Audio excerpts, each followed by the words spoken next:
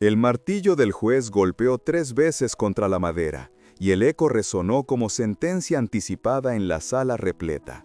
Antonio Costa sintió cómo su camisa de trabajo, la única presentable que tenía, se pegaba a su espalda empapada en sudor frío. Las luces fluorescentes del tribunal parecían intencionalmente diseñadas para exponer cada arruga de cansancio en su rostro curtido por el sol. Señor Costa, la voz del fiscal cortó el aire como navaja. ¿Usted espera que este tribunal crea que un hombre de su experiencia no sabía que estaba cometiendo un crimen? Las risas ahogadas del público rasgaron el silencio. Antonio apretó los puños bajo la mesa, sintiendo las callosidades que 30 años de albañilería habían grabado en sus manos. Su abogada, Julia Almeida, intentó intervenir, pero el juez la silenció con un gesto despectivo. La construcción ilegal es un delito grave, señor Costa. Violación de normas de seguridad, poner en riesgo vidas inocentes. El fiscal caminaba en círculos alrededor del estrado como buitre sobre carroña. Y todo por dinero. Yo solo hacía mi trabajo, murmuró Antonio, su voz apenas audible. ¿Su trabajo? El fiscal soltó una carcajada teatral. ¿Llama trabajo a construir edificaciones clandestinas sin permisos, sin documentación, sin respeto por la ley? El flash de una cámara explotó desde la galería de prensa. Mañana, su rostro estaría en todos los periódicos. Pedrero corrupto enfrenta justicia. Su esposa, sus hijos, sus nietos, todos verían a Antonio Costa convertido en criminal. En ese momento, mientras el fiscal exhibía fotografías de la obra inacabada proyectadas en la pantalla gigante, Antonio comprendió una verdad devastadora. Para ese tribunal, para esa sala llena de trajes caros y títulos universitarios, él ya estaba condenado, antes de abrir la boca.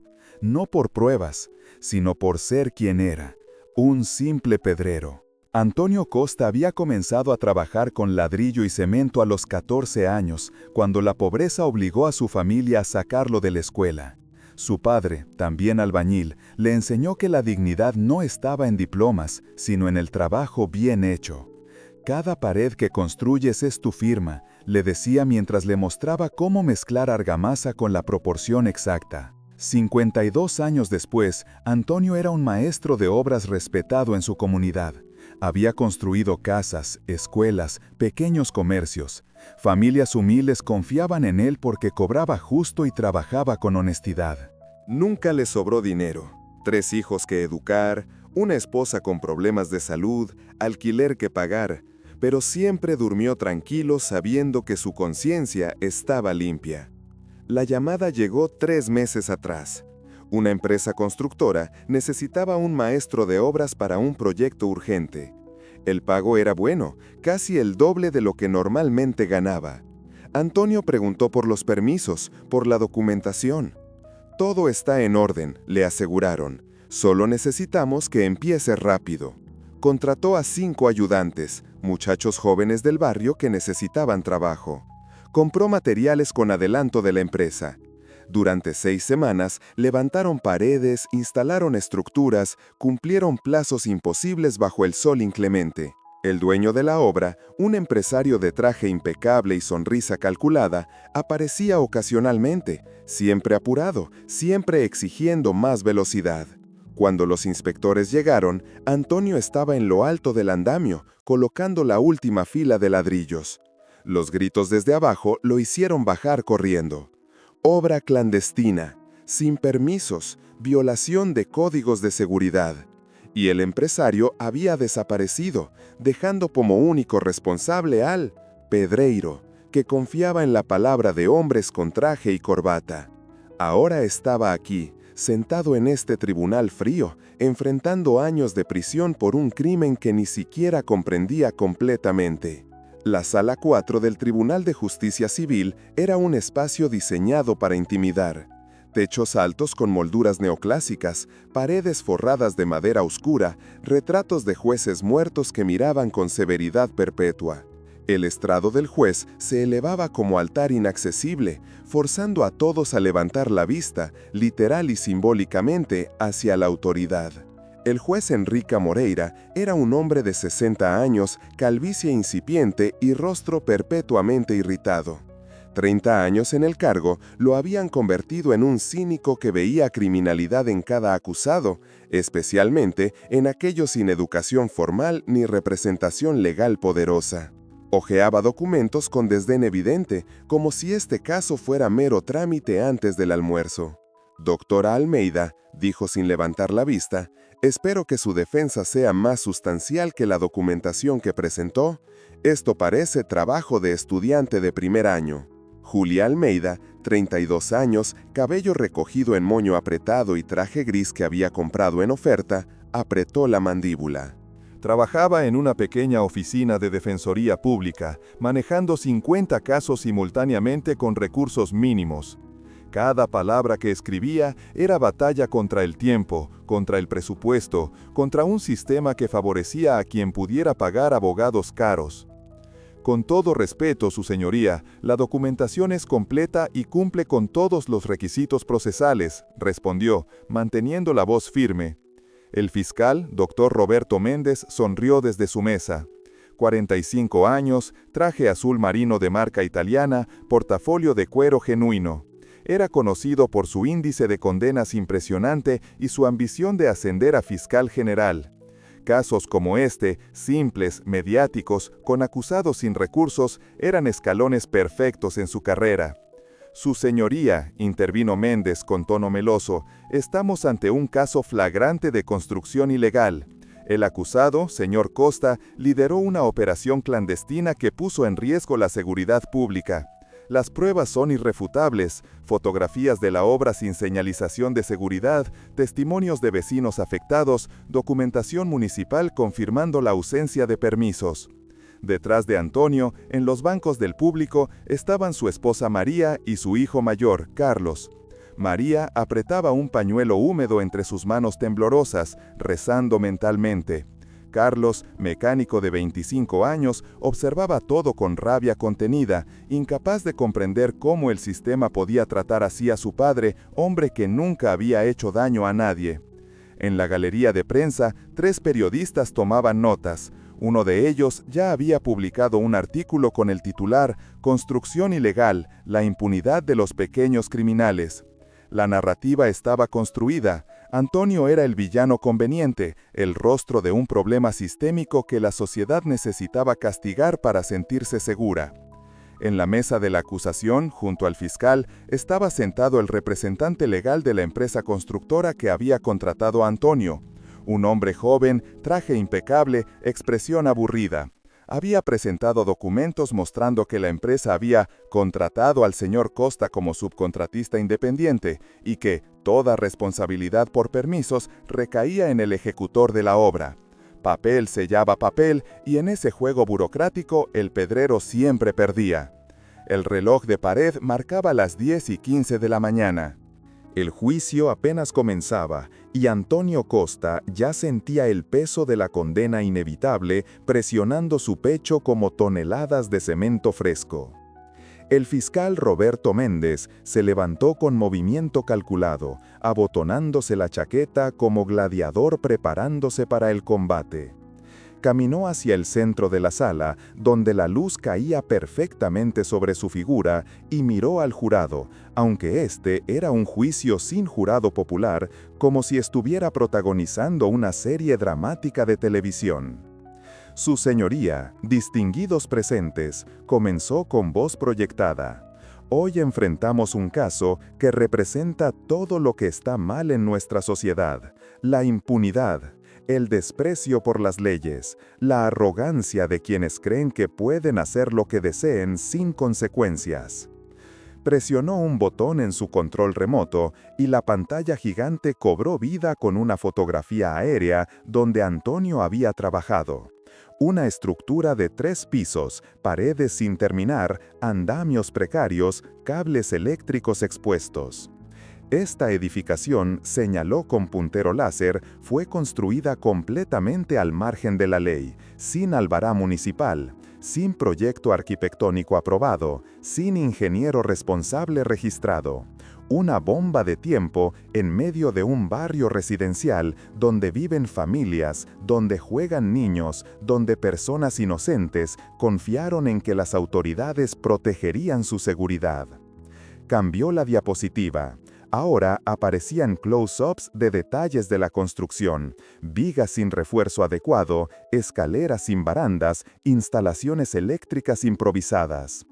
Pero hay más, su señoría, mucho más. El fiscal se giró dramáticamente hacia Antonio. El señor Costa no solo construyó ilegalmente, violó flagrantemente las normas de seguridad laboral. Sus trabajadores, 5 jóvenes sin experiencia, trabajaron sin equipos de protección individual, sin cascos, sin arneses de seguridad, sin ninguna medida que previniera accidentes fatales. María ahogó un sollozo desde el público. Julia Almeida escribía frenéticamente en su cuaderno, pero su rostro mostraba preocupación creciente. Tengo aquí, Méndez levantó una carpeta gruesa, los informes de la Secretaría Municipal de Obras. 19 violaciones de código constructivo. 19. Hizo una pausa para que el número resonara. También tengo el informe del Ministerio de Trabajo. 11 violaciones graves de normas de seguridad ocupacional. Y tengo algo más inquietante todavía. Caminó hacia su mesa y tomó otro documento. Testimonios de vecinos del barrio donde ocurrió esta construcción clandestina.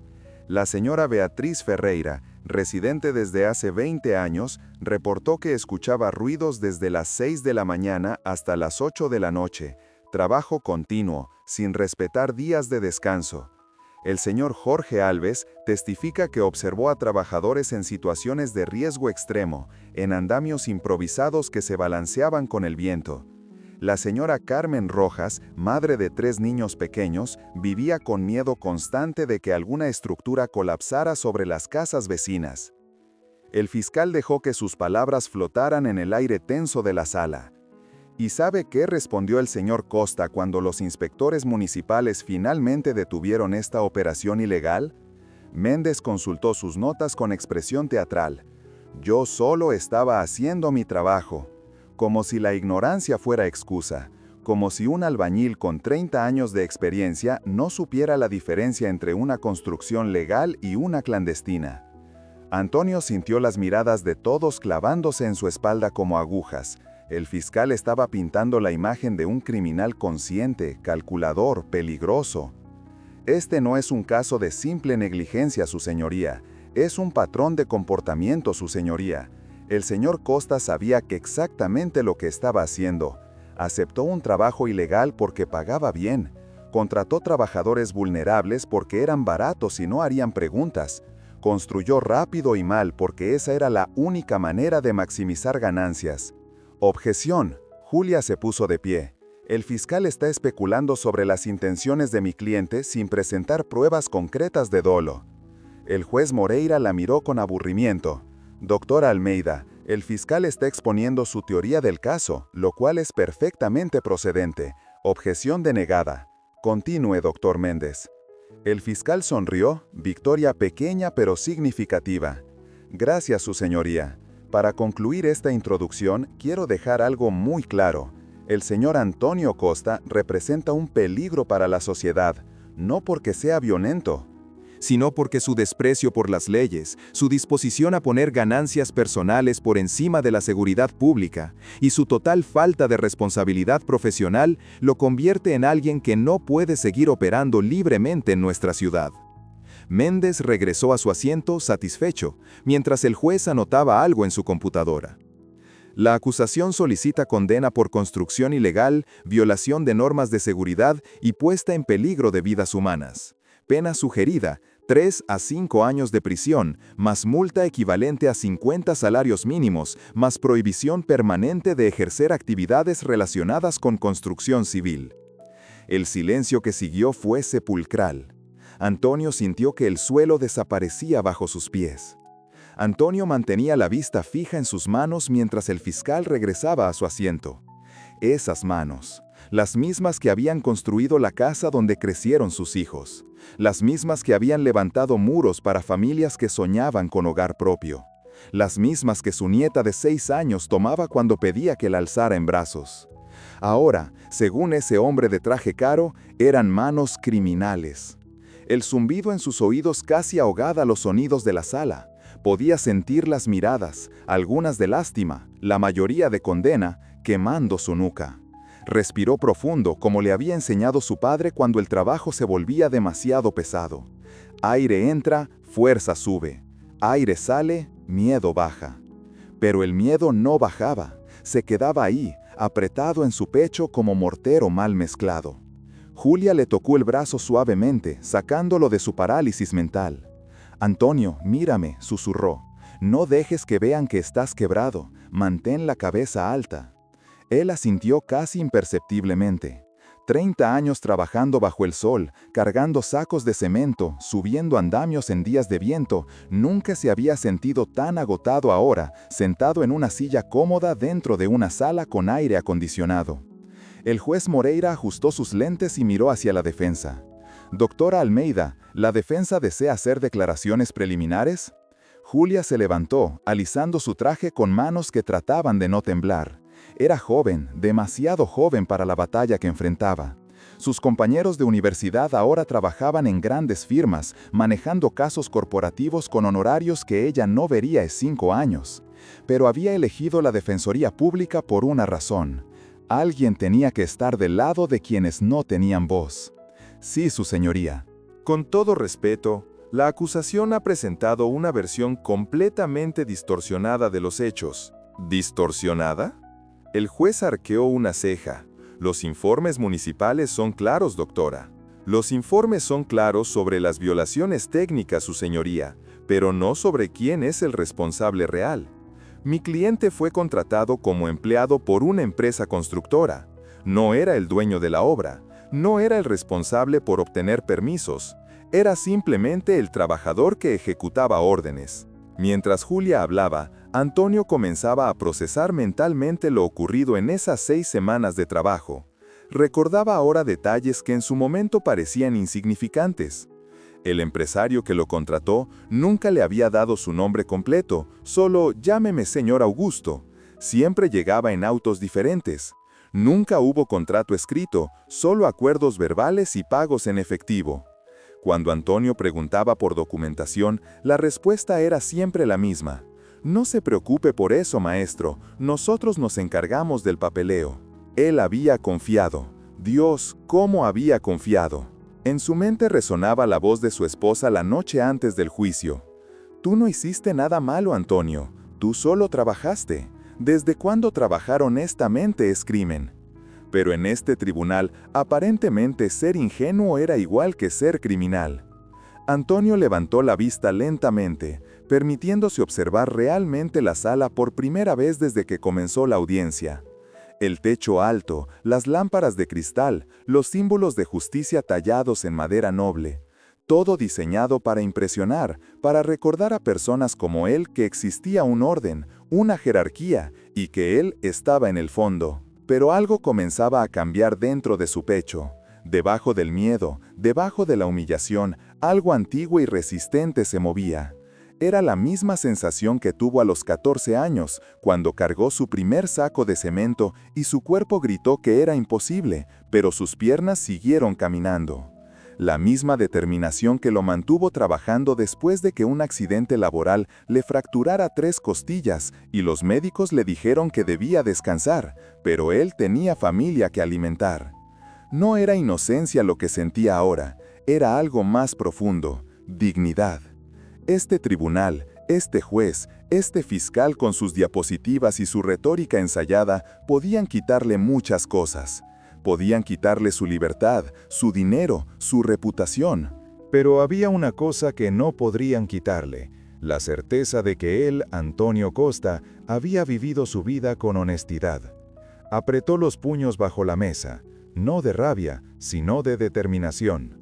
Si iban a condenarlo, que lo hicieran, pero no iban a quebrarlo.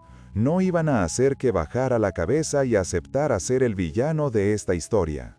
Julia seguía hablando, argumentando sobre procedimientos y responsabilidades legales, pero Antonio ya no estaba escuchando completamente.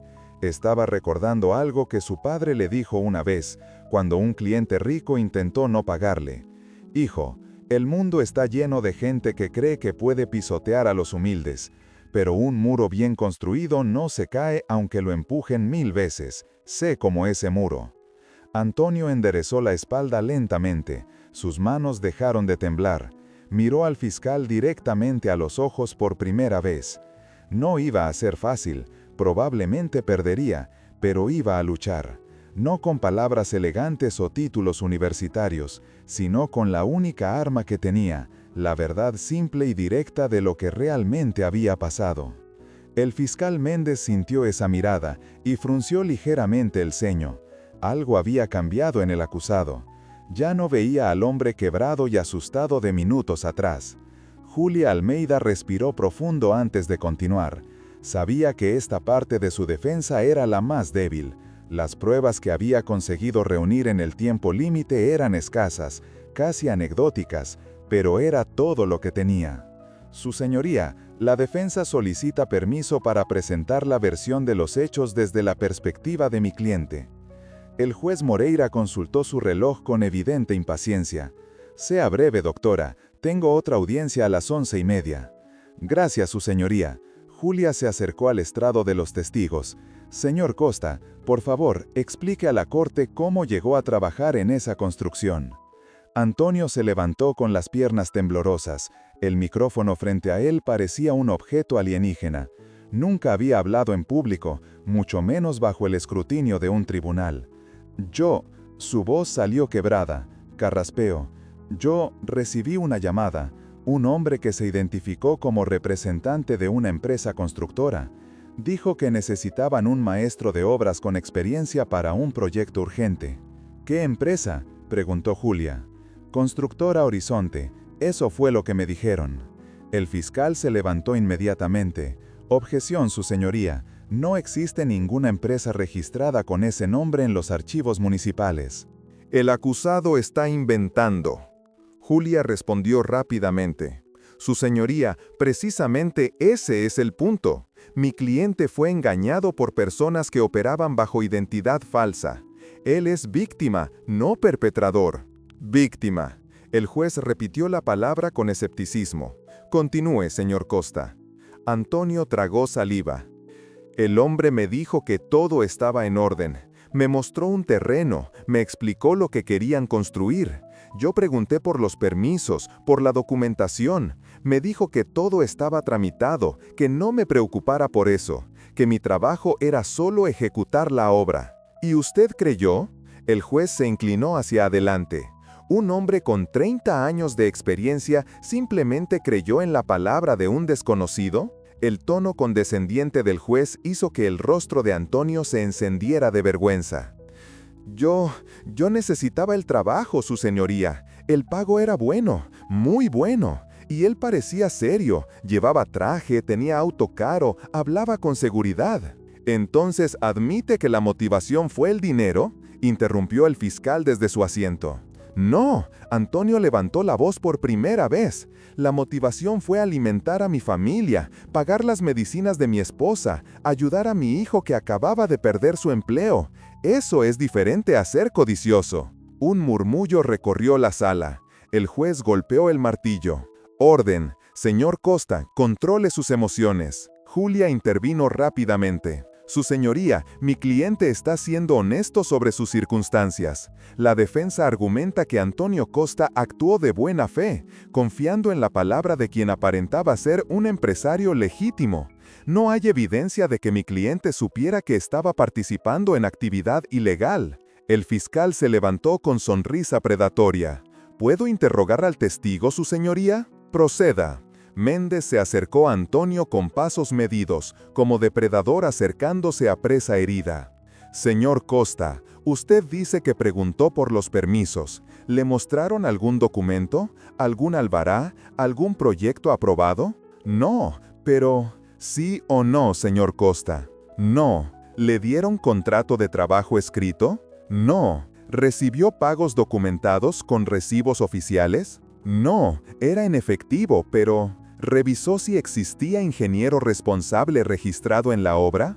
Antonio bajó la mirada. No. ¿Verificó en la municipalidad si el proyecto estaba aprobado? Yo no sabía cómo hacer eso. Ah, el fiscal levantó las manos teatralmente. No sabía. Un hombre con 30 años construyendo no sabía cómo verificar si una obra es legal. ¿Espera que creamos eso?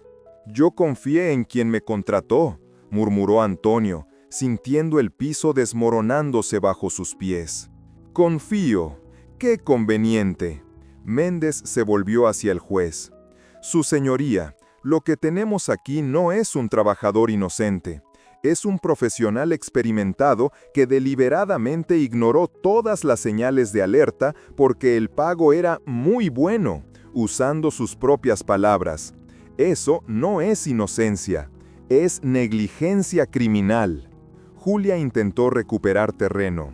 Su señoría, solicito presentar evidencia documental. Tengo aquí, levantó una carpeta delgada, registros telefónicos que muestran llamadas recibidas por mi cliente de números que luego fueron dados de baja. Esto prueba que existía una organización que contactó a mi cliente. El juez hojeó los documentos sin interés.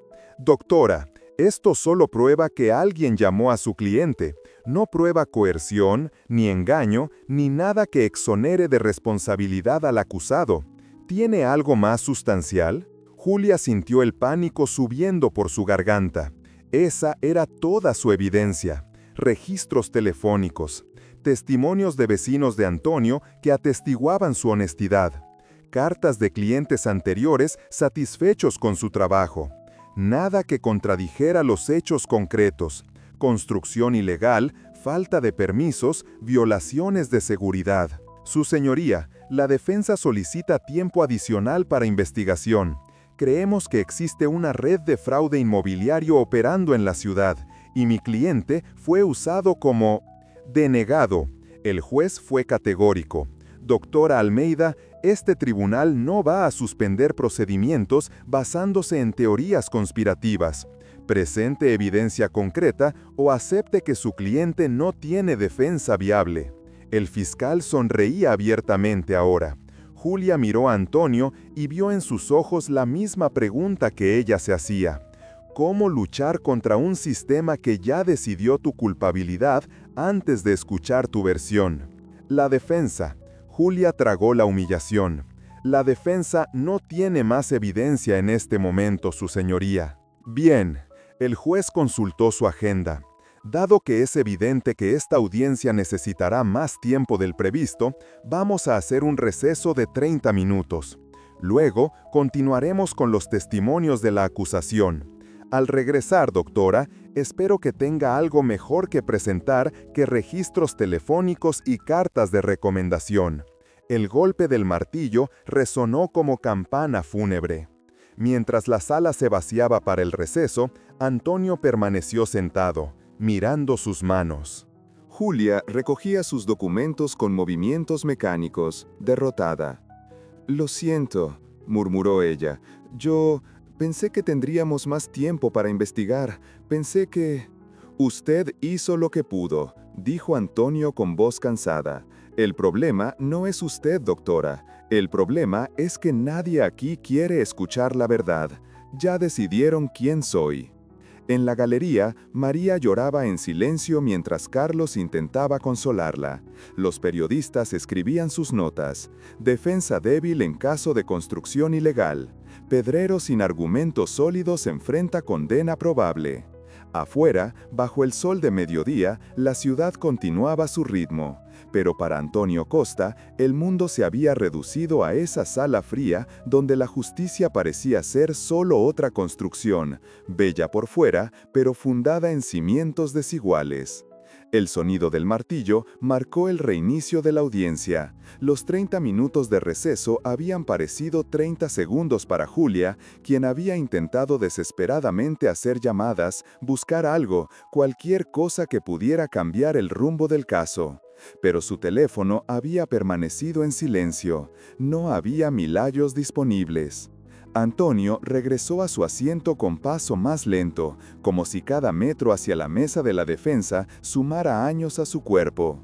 María le había tomado las manos durante el receso, sin decir palabra, solo apretándolas con fuerza. Esa conexión silenciosa le había dado suficiente fuerza para volver a entrar. El juez Moreira tenía ahora una expresión aún más severa, si es que eso era posible.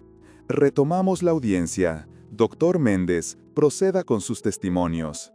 El fiscal se levantó con renovada energía, como actor que sabe que el mejor acto está por comenzar.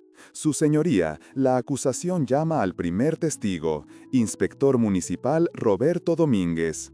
Un hombre corpulento de uniforme entró a la sala, 50 y tantos, bigote gris, carpeta gruesa bajo el brazo.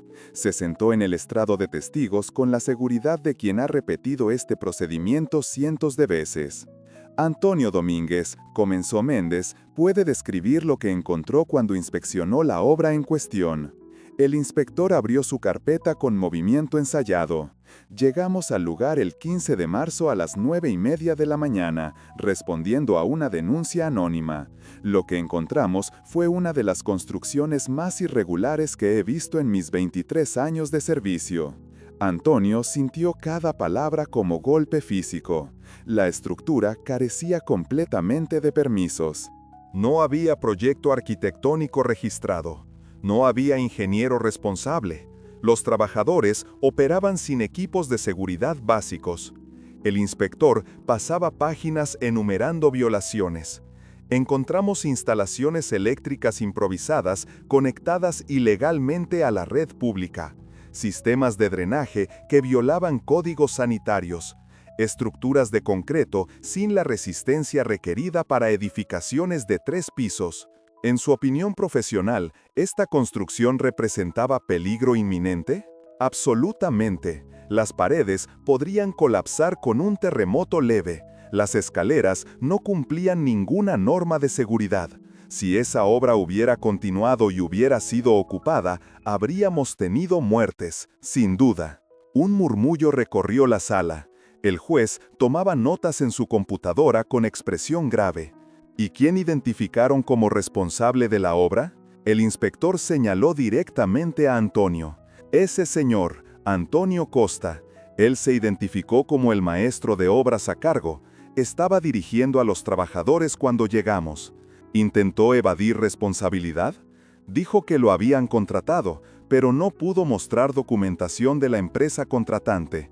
No tenía papeles, no tenía registros, nada, solo historias. Julia se levantó. Objeción, su señoría.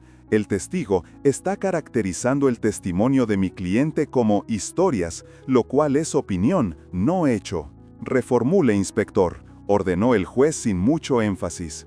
Él no pudo presentar documentación que respaldara sus afirmaciones, corrigió el inspector. ¿Algo más que desea agregar?, preguntó Méndez. Sí. En mi experiencia, cuando alguien construye de esa manera, sin papeles, sin registros, es porque están involucrados en esquemas de construcción para apropiación ilegal de terrenos, fraccionamiento irregular o incluso lavado de dinero. Estas obras clandestinas son apenas la punta del iceberg. Julia objetó nuevamente. Su señoría, esto es pura especulación sin fundamento. El testigo no puede acusar a mi cliente de lavado de dinero sin una sola prueba. El juez suspiró con irritación. Sustentado. Inspector, limítese a los hechos que presenció directamente. El jurado, la corte decidirá sobre implicaciones criminales. Pero el daño estaba hecho. Las palabras lavado de dinero flotaban ahora en la sala, asociadas para siempre con el nombre de Antonio Costa en las mentes de todos los presentes. Méndez continuó con más testigos, un vecino que se quejaba del ruido. Una ingeniera que analizó las estructuras y confirmó las violaciones técnicas. Un representante del sindicato de trabajadores que habló sobre la importancia de las normas de seguridad laboral. Cada testimonio era otra piedra colocada sobre el pecho de Antonio, aplastando lentamente su esperanza. Cuando el juez finalmente preguntó si la defensa deseaba interrogar a los testigos, Julia sabía que no tenía munición. No podía refutar los hechos técnicos. La construcción era ilegal. Las violaciones existían. Su única estrategia era intentar sembrar dudas sobre la intención. «Inspector Domínguez», preguntó Julia con voz que intentaba sonar segura. «Cuando hablaron con mi cliente en el sitio, ¿él cooperó con la investigación?» «Sí, fue cooperativo». «¿Intentó huir o esconder evidencia?» «No». «¿Les dio nombres de personas que lo contrataron?» «Dio un nombre, pero no pudimos verificar su existencia». «Exacto, porque esas personas usaron identidades falsas. ¿No es posible, inspector, que mi cliente sea también una víctima de este fraude?» El inspector vaciló por primera vez. «Es posible, supongo, pero eso no elimina su responsabilidad profesional de verificar». Era una concesión mínima, pero era algo. Julia continuó. ¿Ha visto casos donde trabajadores son usados por organizaciones criminales sin su conocimiento? Sí, ocasionalmente. ¿Y este caso podría encajar en ese patrón? Objeción. Méndez se levantó. Pide especulación al testigo. Retiro la pregunta. Julia sabía cuándo retroceder. Pero mientras regresaba a su asiento, vio algo en la expresión de Antonio. Una chispa. La mínima evidencia de que alguien, finalmente, estaba peleando por él, aunque la batalla pareciera perdida. El juez miró su reloj nuevamente. «Creo que es momento de discutir la sentencia probable. Doctor Méndez, ¿la acusación desea hacer recomendaciones formales?» «Sí, su señoría». Dada la gravedad de las violaciones, la puesta en peligro de vidas y la aparente falta de remordimiento del acusado, recomendamos la pena máxima, 5 años de prisión efectiva, multa de 70 salarios mínimos y prohibición definitiva de ejercer cualquier actividad en construcción civil. 5 años. Las palabras resonaron en la mente de Antonio como sentencia de muerte. 5 años sin ver crecer a su nieta, 5 años sin abrazar a María, 5 años encerrado, marcado como criminal. Por primera vez desde que comenzó la audiencia, sintió que las lágrimas presionaban sus ojos, pero no iba a llorar, no aquí. No les daría esa satisfacción. Durante el siguiente receso, esta vez de 15 minutos, Julia prácticamente arrastró a Antonio hacia un rincón apartado del corredor del tribunal. Su rostro mostraba una mezcla de desesperación y determinación que él no había visto antes. «Antonio, necesito que piense bien». Sus manos temblaban ligeramente mientras sostenía su cuaderno. «Tiene que haber algo, algún detalle que recuerde, alguna prueba de que esa empresa existía, un recibo, un mensaje de texto, un correo electrónico, algo». Antonio cerró los ojos, intentando regresar mentalmente a aquellos días. El calor del sol en la obra, el olor a cemento fresco, las conversaciones con el hombre que decía llamarse Augusto. Había un ayudante, dijo lentamente, un muchacho joven. No era de los 5 que contraté yo. Él aparecía a veces, enviado por la empresa. Decía que venía a supervisar el progreso. Los ojos de Julia se iluminaron. ¿Recuerda su nombre? David algo. Nunca me dijo su apellido completo, pero era diferente a los demás. Hablaba con acento extranjero, asiático creo, y siempre tomaba fotografías de la obra con su teléfono. Julia escribía frenéticamente. ¿Tiene alguna forma de contactarlo? No, solo aparecía. Pero Antonio frunció el ceño, forzando la memoria. Una vez lo escuché discutir por teléfono. Estaba hablando en otro idioma, pero luego cambió a español. Dijo algo sobre terrenos vecinos y siguiente fase. Sonaba preocupado, como si algo no estuviera saliendo según el plan. ¿Qué más? ¿Algún detalle sobre esa conversación? Mencionó un nombre, Augusto. Le decía que Augusto estaba presionando demasiado, que iban muy rápido, que alguien iba a notar. Recuerdo eso, porque después, cuando Augusto llegó ese mismo día, David lo evitó. Parecía tenerle miedo. Julia sintió algo moviéndose en su instinto de investigadora. Era delgado, muy delgado, pero era algo. «Voy a hacer una llamada», dijo. Tengo un contacto en el registro municipal. Si puedo encontrar información sobre transacciones de terrenos en esa área, quizás podamos trazar un patrón. Pero cuando regresaron a la sala, el rostro de Julia mostraba frustración. Su contacto no había respondido, y el tiempo se agotaba. El juez Moreira retomó la sesión con evidente impaciencia. Doctor Almeida, ¿la defensa tiene algo nuevo que presentar o vamos a proceder con las conclusiones? Julia se levantó, sabiendo que lo que estaba por hacer era arriesgado. No tenía pruebas sólidas. Pero tenía una teoría, y a veces las teorías bien argumentadas podían sembrar suficiente duda. Su señoría, la defensa solicita permiso para presentar una línea alternativa de investigación que explica los hechos de manera completamente diferente. El fiscal soltó una risa corta. ¿Una línea alternativa? ¿Ahora vamos a escuchar teorías conspirativas? Su señoría, continuó Julia, ignorando la provocación, los hechos del caso no están en disputa. La construcción era ilegal, las violaciones existieron, pero lo que está en disputa es la culpabilidad criminal de mi cliente, y para eso necesitamos entender el contexto completo. El juez hizo un gesto vago con la mano. Tiene 5 minutos, doctora. No desperdicie el tiempo de esta corte. Julia caminó hacia el centro de la sala, consciente de que esta podría ser su única oportunidad. Mi cliente fue contactado por personas que operaban bajo identidad falsa. Le prometieron un trabajo legítimo. Le aseguraron que todos los permisos estaban en orden. ¿Por qué harían eso? Hizo una pausa dramática. Porque necesitaban un chivo expiatorio. Especulación, murmuró el fiscal. Déjeme terminar, continuó Julia. La ubicación de esa construcción no es aleatoria. Está en una zona que ha visto actividad inmobiliaria intensa en los últimos 2 años. Terrenos que antes no valían nada, ahora valen millones debido a un proyecto de desarrollo urbano aprobado por la municipalidad. ¿Y si esa construcción ilegal era parte de un esquema más grande? ¿Un esquema para apropiarse de terrenos vecinos? ¿Forzar ventas? ¿Crear precedentes de ocupación? El juez arqueó una ceja, ligeramente menos aburrido. ¿Tiene evidencia de esto? Tengo un testigo potencial, mintió Julia, jugándose todo. Un hombre llamado David, quien trabajaba para la organización que contrató a mi cliente.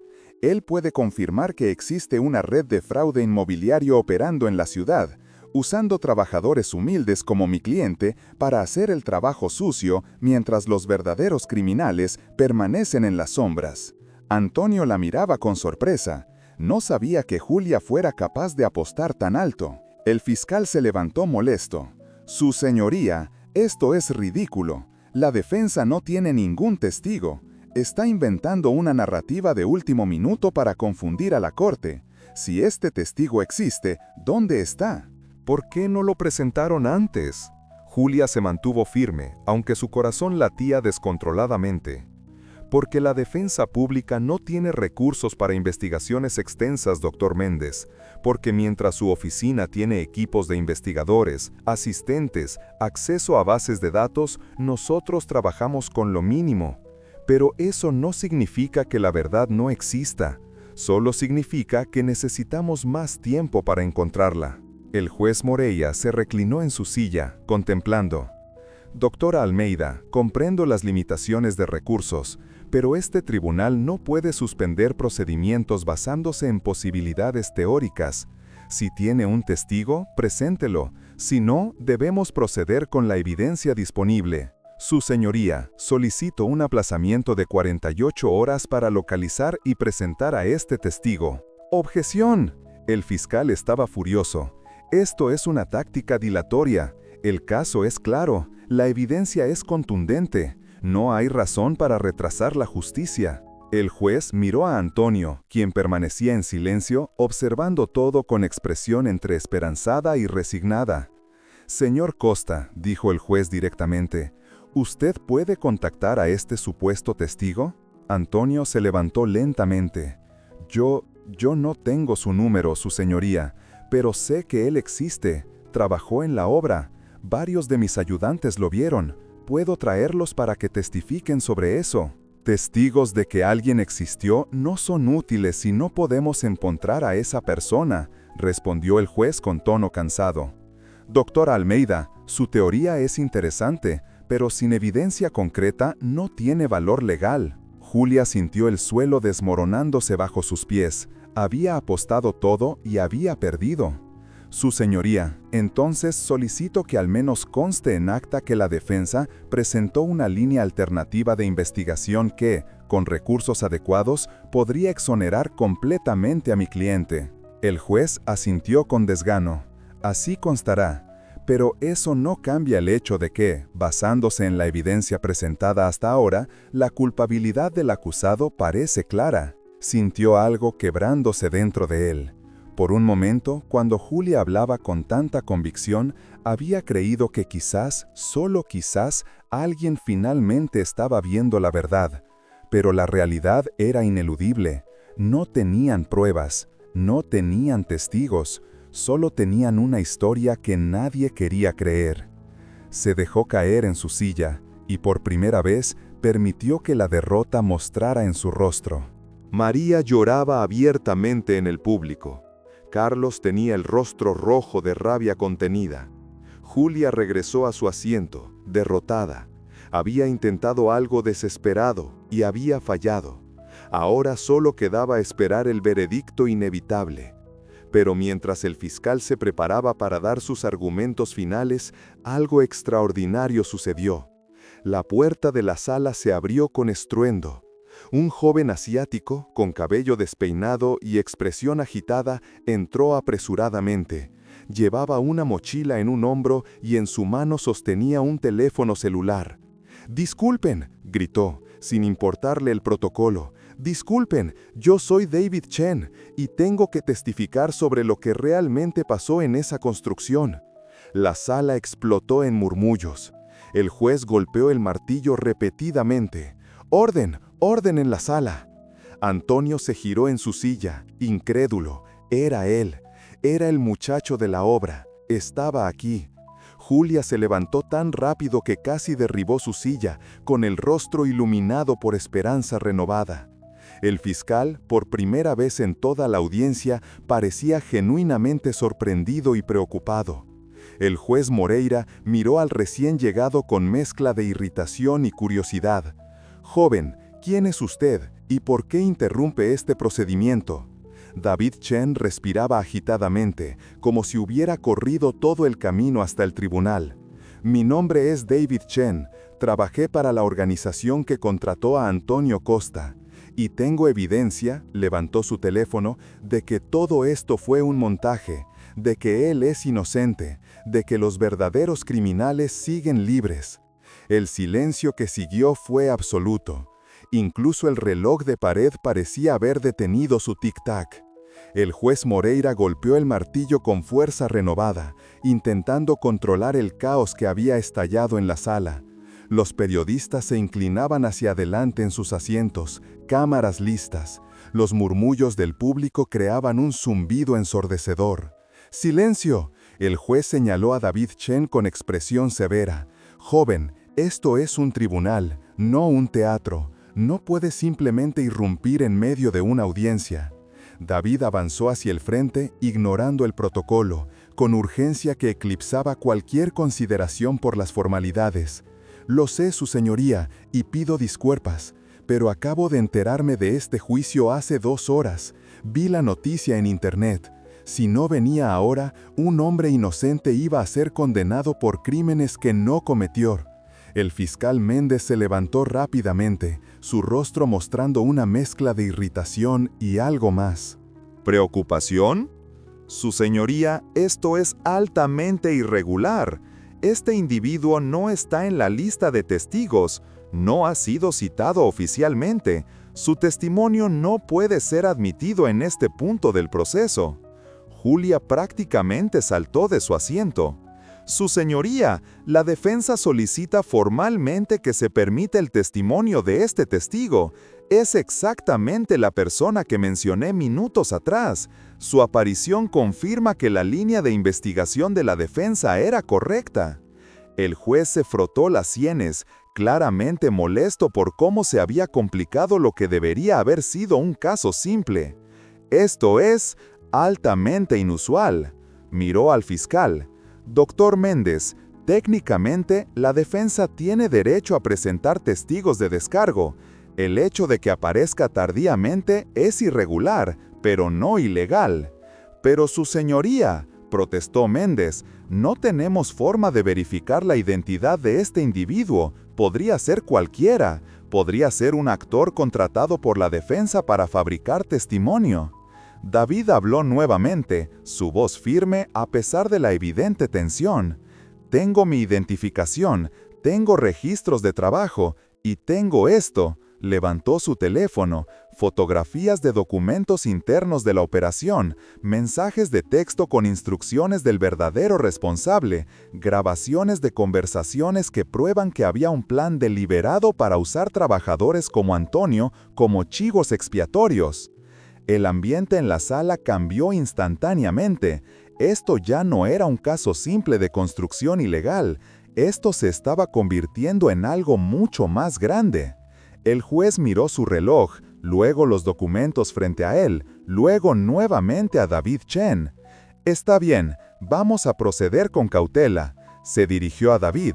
Joven, tome asiento en el estrado de testigos, pero le advierto, si esta corte determina que está mintiendo o fabricando evidencia, enfrentará cargos por perjurio y obstrucción de la justicia. ¿Comprende? Comprendo perfectamente, su señoría. David se sentó, colocando su teléfono sobre la baranda frente a él. Julia se acercó, intentando controlar el temblor de emoción en su voz. Señor Chen, ¿puede explicar a la corte quién es usted y cómo se involucró en esta situación? David respiró profundo. Mi nombre es David Chen, tengo 24 años, soy estudiante de arquitectura en la Universidad Nacional. Hace 6 meses necesitaba dinero para pagar mi matrícula. Un amigo me contactó con una oportunidad de trabajo.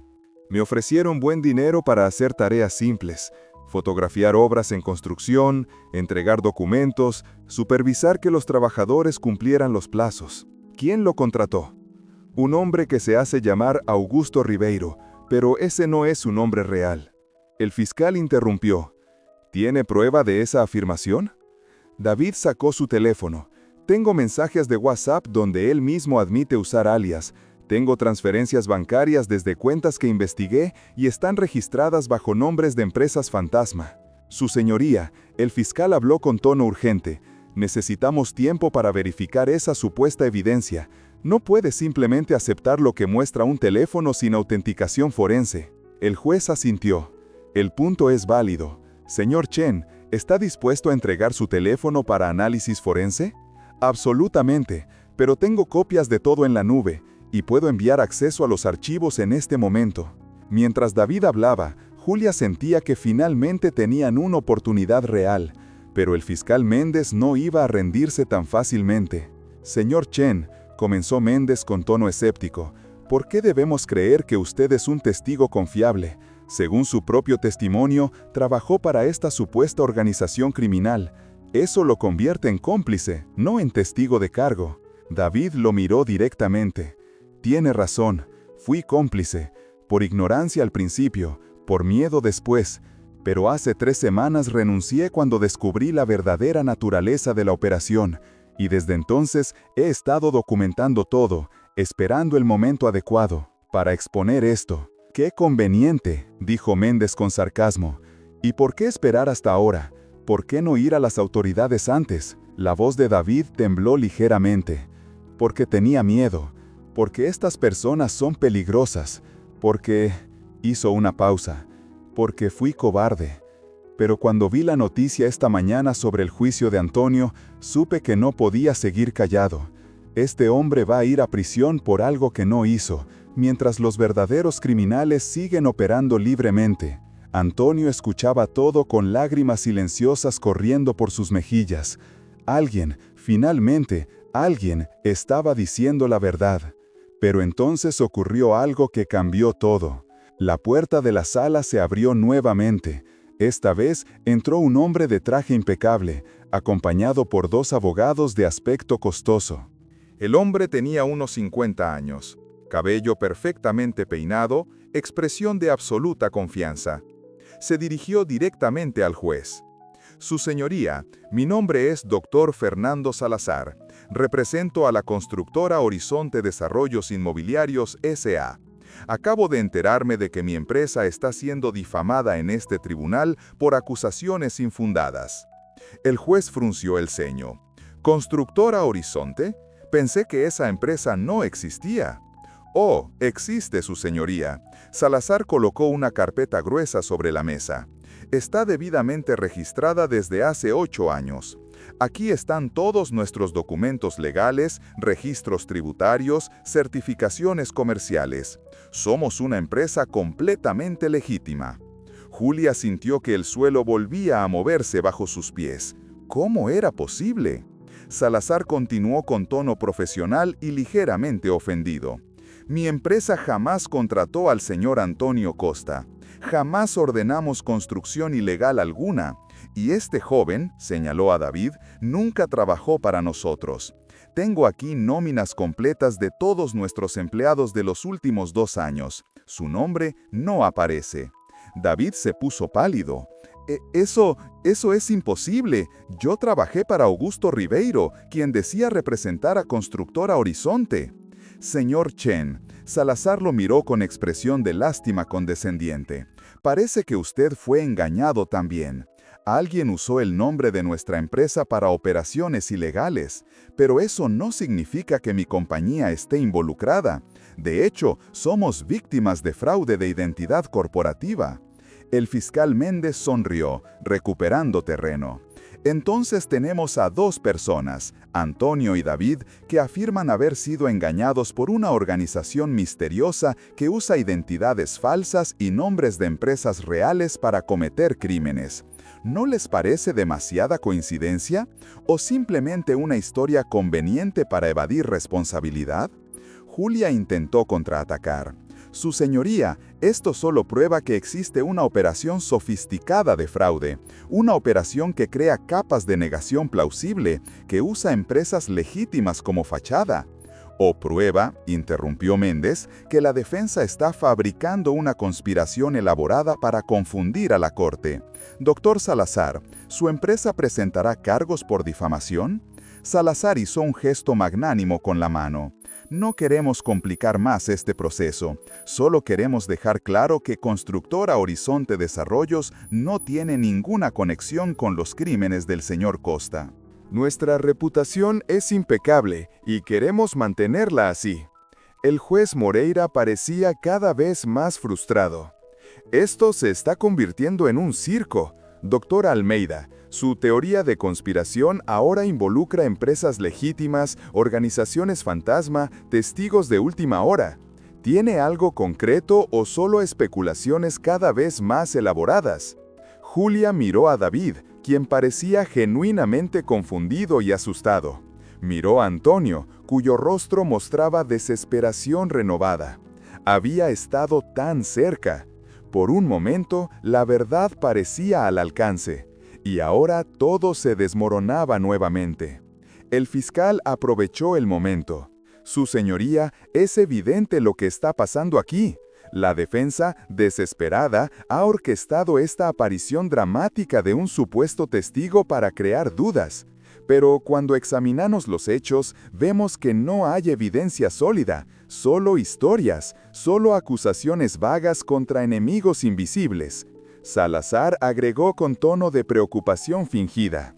Y mientras tanto, el verdadero problema persiste sin resolver. Un hombre construyó ilegalmente, puso vidas en peligro y ahora intenta evadir consecuencias con narrativas de victimización. La sala se dividió visiblemente. Algunos parecían convencidos por la narrativa del fiscal. Otros miraban con desconfianza la aparición demasiado conveniente del abogado corporativo. Los periodistas escribían frenéticamente, creando titulares en sus mentes. Juicio por construcción ilegal se complica con acusaciones de conspiración, o defensa desesperada recurre a teorías sin fundamento. Antonio sentía que el mundo se cerraba sobre él. Por un momento, cuando David entró, había sentido esperanza, pero ahora era peor que antes. Ahora no solo era culpable de construcción ilegal, ahora también era parte de una supuesta conspiración fabricada para evitar responsabilidad. María había dejado de llorar, simplemente miraba al frente con ojos vacíos, como si su espíritu se hubiera quebrado. El juez miró el reloj. Eran casi las 5 de la tarde. El juicio había durado todo el día. «Vamos a suspender por hoy», anunció. «Mañana a las 9 de la mañana retomaremos. Durante la noche, quiero que peritos forenses examinen el teléfono del señor Chen. Quiero verificación oficial de los documentos presentados por el doctor Salazar. Y quiero que ambas partes preparen argumentos de cierre basados en hechos, no en especulaciones». El martillo cayó con finalidad que sonó como campanas funerarias. Mientras la sala se vaciaba, Antonio permaneció sentado, incapaz de moverse. David se acercó tímidamente. «Señor Costa, lo siento. Yo pensé que mi testimonio ayudaría. No sabía que ellos tendrían preparada una respuesta así». Antonio lo miró con ojos cansados. «No es su culpa, muchacho.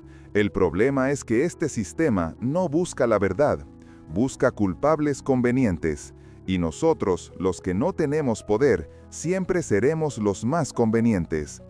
La noche fue interminable para todos los involucrados.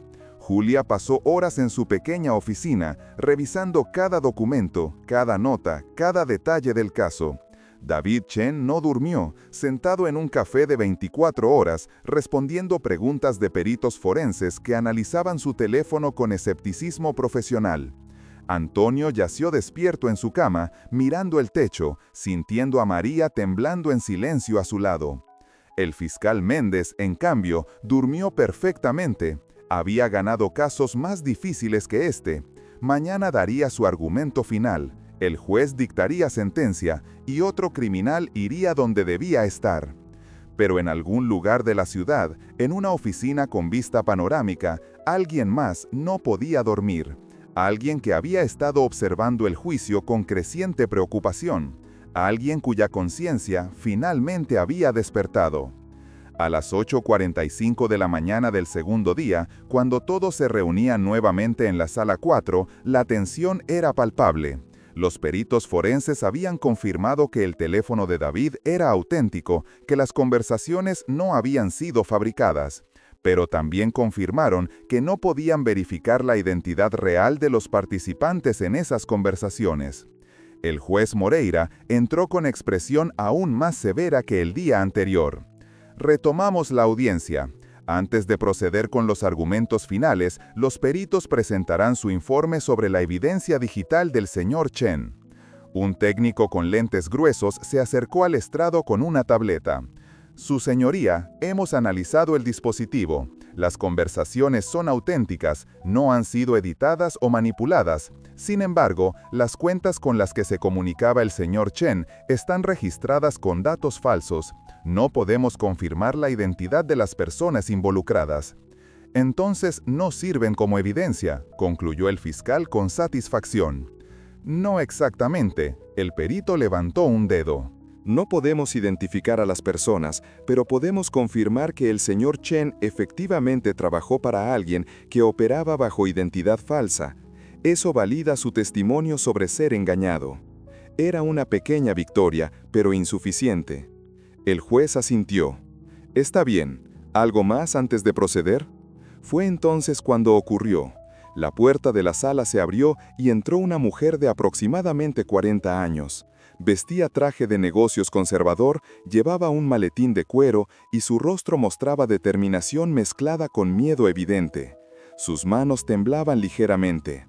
«Su señoría», dijo con voz que intentaba ser firme pero se quebraba. «Mi nombre es Daniela Montero. Soy contadora certificada y tengo información crucial sobre este caso». El juez suspiró con exasperación. «¿Otro testigo sorpresa? Esto es una sala de tribunal o una estación de televisión. Su señoría, por favor». Daniela avanzó, sacando documentos de su maletín. He trabajado durante 3 años llevando la contabilidad de varias empresas. Una de ellas es una red de empresas fantasma que usa nombres legítimos como fachada para operaciones de especulación inmobiliaria ilegal. Y puedo probar la conexión directa con este caso. El fiscal Méndez se levantó alarmado. Su señoría, esto es absurdo. ¿Vamos a permitir que cualquiera entre y haga acusaciones sin fundamento? Pero Daniela ya estaba colocando documentos sobre la mesa del juez. Estos son registros contables de transferencias financieras. Aquí, señaló con dedo tembloroso, pueden ver pagos realizados a Antonio Costa desde una cuenta que aparece registrada bajo el nombre de Constructora Horizonte Desarrollos. Pero si rastrean el origen real del dinero, viene de una red de 5 empresas interconectadas que operan exactamente en la zona donde se construyó esa edificación. El juez tomó los documentos, su expresión cambiando de irritación a interés genuino. Julia se acercó rápidamente. «Señora Montero, ¿por qué viene ahora con esta información?» Daniela la miró con ojos húmedos. «Porque anoche vi las noticias, vi a ese hombre», señaló a Antonio, «siendo destruido por algo que no fue su culpa. Y me vi a mí misma en el espejo. Durante 3 años he cerrado los ojos. He procesado números sin hacer preguntas. He sido cómplice silenciosa, porque necesitaba el trabajo, porque tengo 2 hijos que mantener, porque tenía miedo». Su voz se quebró. «Pero ya no puedo. No puedo dormir sabiendo que un hombre inocente va a prisión mientras yo guardo silencio». El fiscal intervino rápidamente. «Su señoría, esta mujer claramente está bajo estrés emocional. Su testimonio no puede considerarse confiable. Además, por su propia admisión, es cómplice de actividades ilegales. Tiene motivación para fabricar historias que la exoneren». «No estoy fabricando nada», Daniela lo enfrentó con coraje renovado. «Y estoy dispuesta a enfrentar las consecuencias de mi complicidad. Pero primero, necesito que la verdad salga a la luz». Colocó más documentos sobre la mesa. «Esta es la estructura corporativa completa. Constructora Horizonte Desarrollos es real, como dijo el doctor Salazar ayer. Pero lo que él no mencionó es que su empresa fue comprada hace 2 años por un grupo inversor.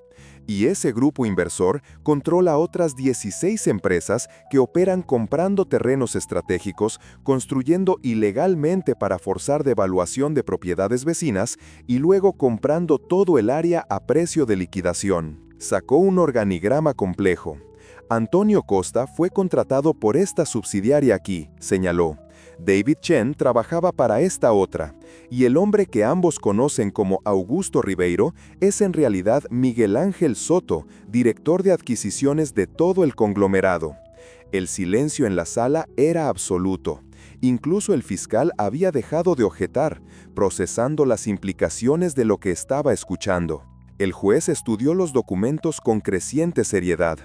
«Señora Monteiro, estos documentos, si son auténticos, implican una operación de fraude a escala masiva».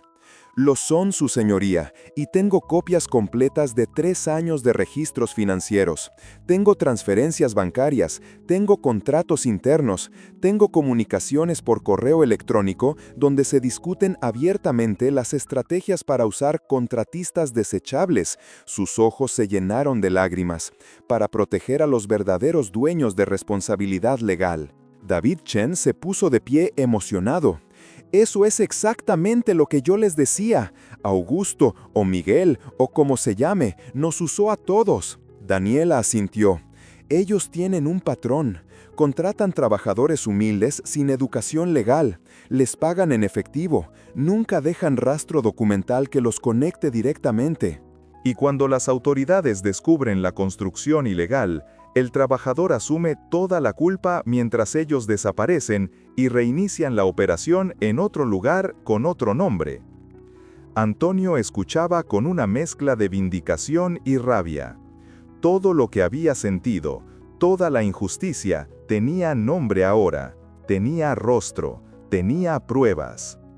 Julia sentía que finalmente, después de 2 días de luchar contra corrientes imposibles, tenía algo sólido que presentar.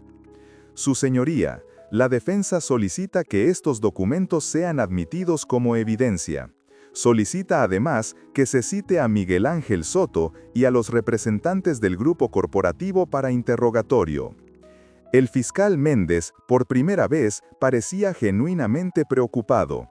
Este caso, que debería haber sido simple, se estaba convirtiendo en algo que podría implicar a personas poderosas. Y eso siempre era complicado. Su señoría, necesitamos tiempo para verificar la autenticidad de estos documentos. No podemos simplemente aceptar. Pueden verificarlos ahora mismo, interrumpió Daniela. Tengo las versiones digitales con firmas electrónicas certificadas. Tengo acceso a las cuentas bancarias donde pueden rastrear cada transacción.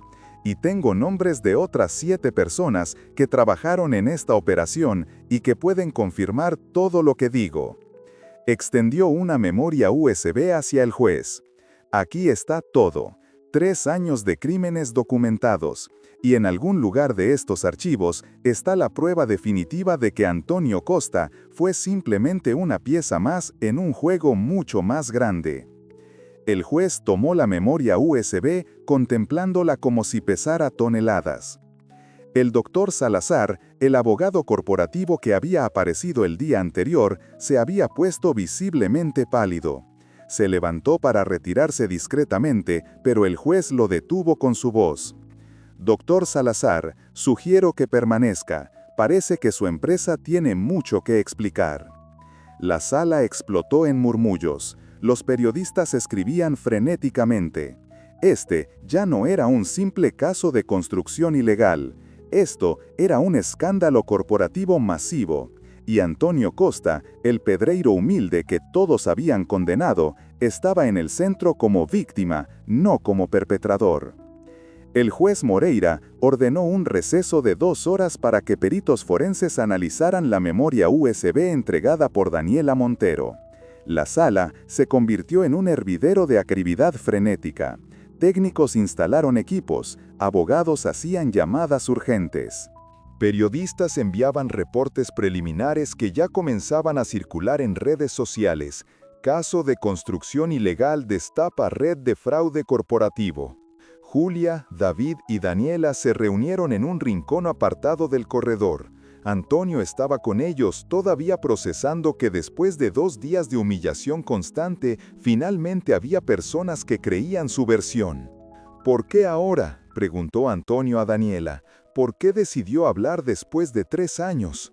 Daniela se limpió las lágrimas con un pañuelo arrugado. Porque tengo una hija de 15 años. Anoche, mientras veía las noticias sobre su caso, ella me preguntó, «Mamá, ¿cómo pueden ser tan injustos con ese señor?». Y yo no pude responderle. No pude mirarla a los ojos y mentirle. Si quiero que ella crezca siendo una buena persona, yo tengo que serlo primero. Mientras tanto, en la sala principal, el fiscal Méndez tenía una conversación tensa con sus asistentes. «Necesitamos controlar el daño», decía en voz baja. «Si esos documentos son auténticos, esto deja de ser un caso criminal simple y se convierte en investigación de corrupción corporativa. Eso ya no es nuestra jurisdicción». «¿Qué sugieres?», preguntó uno de sus asistentes. «Necesitamos que el juez separe los casos, que condene a Costa por las violaciones técnicas que sí ocurrieron y que refiera la investigación corporativa a otra instancia». Era una estrategia calculada. Méndez sabía que su récord de condenas era lo que impulsaba su carrera. No podía permitir que este caso terminara con la absolución completa del acusado, especialmente después de 2 días argumentando su culpabilidad. En otra parte del edificio, el doctor Salazar hacía llamadas urgentes a números que sonaban en oficinas ejecutivas de lujo. «Necesitamos abogados especializados aquí inmediatamente», decía con urgencia. «Sí, la contadora habló. No sé cuánto sabe exactamente. Por eso necesitamos contención legal ya». Cuando el receso terminó y todos volvieron a la sala, la atmósfera había cambiado completamente. Ya no era el juicio de un pedrero humilde, era el escenario de algo mucho más grande. El técnico forense principal se acercó al estrado con expresión grave. Su señoría, hemos realizado análisis preliminar de los documentos digitales. Necesitaríamos semanas para una investigación exhaustiva, pero lo que hemos verificado hasta ahora es preocupante. Explique, ordenó el juez. Los registros contables son auténticos. Las firmas digitales corresponden a personas reales registradas en las empresas mencionadas. Hemos verificado una muestra de 20 transacciones bancarias y todas corresponden exactamente con lo indicado en los documentos. El técnico hizo una pausa. Más específicamente, encontramos pagos realizados a Antonio Costa que provienen de una cuenta asociada a Constructora Horizonte, pero que fue financiada mediante transferencias de otras 4 empresas del mismo grupo corporativo. Es un patrón de lavado de responsabilidad legal. El fiscal intentó intervenir. Su señoría, esto valida que el señor Costa recibió pagos, lo cual confirma su participación en... Con respeto, doctor Méndez, interrumpió el técnico, también encontramos algo más. Comunicaciones internas donde se discute explícitamente la estrategia de usar contratistas sin documentación para aislar exposición legal corporativa. En una de esas comunicaciones, fechada 3 días antes de que comenzara la obra en cuestión, hay una instrucción directa. Contratar mano de obra sin experiencia legal, pago en efectivo, sin contratos escritos. El silencio que siguió fue ensordecedor. Julia se levantó, sintiendo finalmente que tenía el viento a su favor. Su señoría, esto prueba inequívocamente que mi cliente fue víctima de un engaño deliberado y sistemático. No solo actuó de buena fe, sino que fue específicamente seleccionado porque carecía de los conocimientos legales para detectar el fraude. El juez Moreira se reclinó en su silla, y por primera vez en 2 días su expresión mostró algo diferente a irritación o aburrimiento. Mostraba conflicto genuino. Doctor Almeida, entiendo su argumento, pero el hecho permanece, las violaciones técnicas ocurrieron, la construcción era ilegal, las normas de seguridad fueron ignoradas. Independientemente de quién orquestó el esquema, su cliente ejecutó el trabajo. Era el momento crucial. Julia sabía que tenía una oportunidad, quizás la única. Su señoría, solicito permiso para hacer una pregunta retórica que considero fundamental para este caso. El juez asintió con cautela. Julia se volvió hacia la sala, su voz clara y fuerte. Si un médico recibe órdenes de su supervisor de realizar un procedimiento y ese procedimiento resulta estar basado en diagnóstico fraudulento que el médico no tenía manera de detectar, ¿condenamos al médico o investigamos al sistema que produjo el fraude? Objeción, dijo Méndez, falsa equivalencia. No es falsa equivalencia, su señoría. Julia continuó. Es la pregunta central de este caso. ¿Dónde colocamos la responsabilidad criminal? ¿En el trabajador que confió en la palabra de sus empleadores?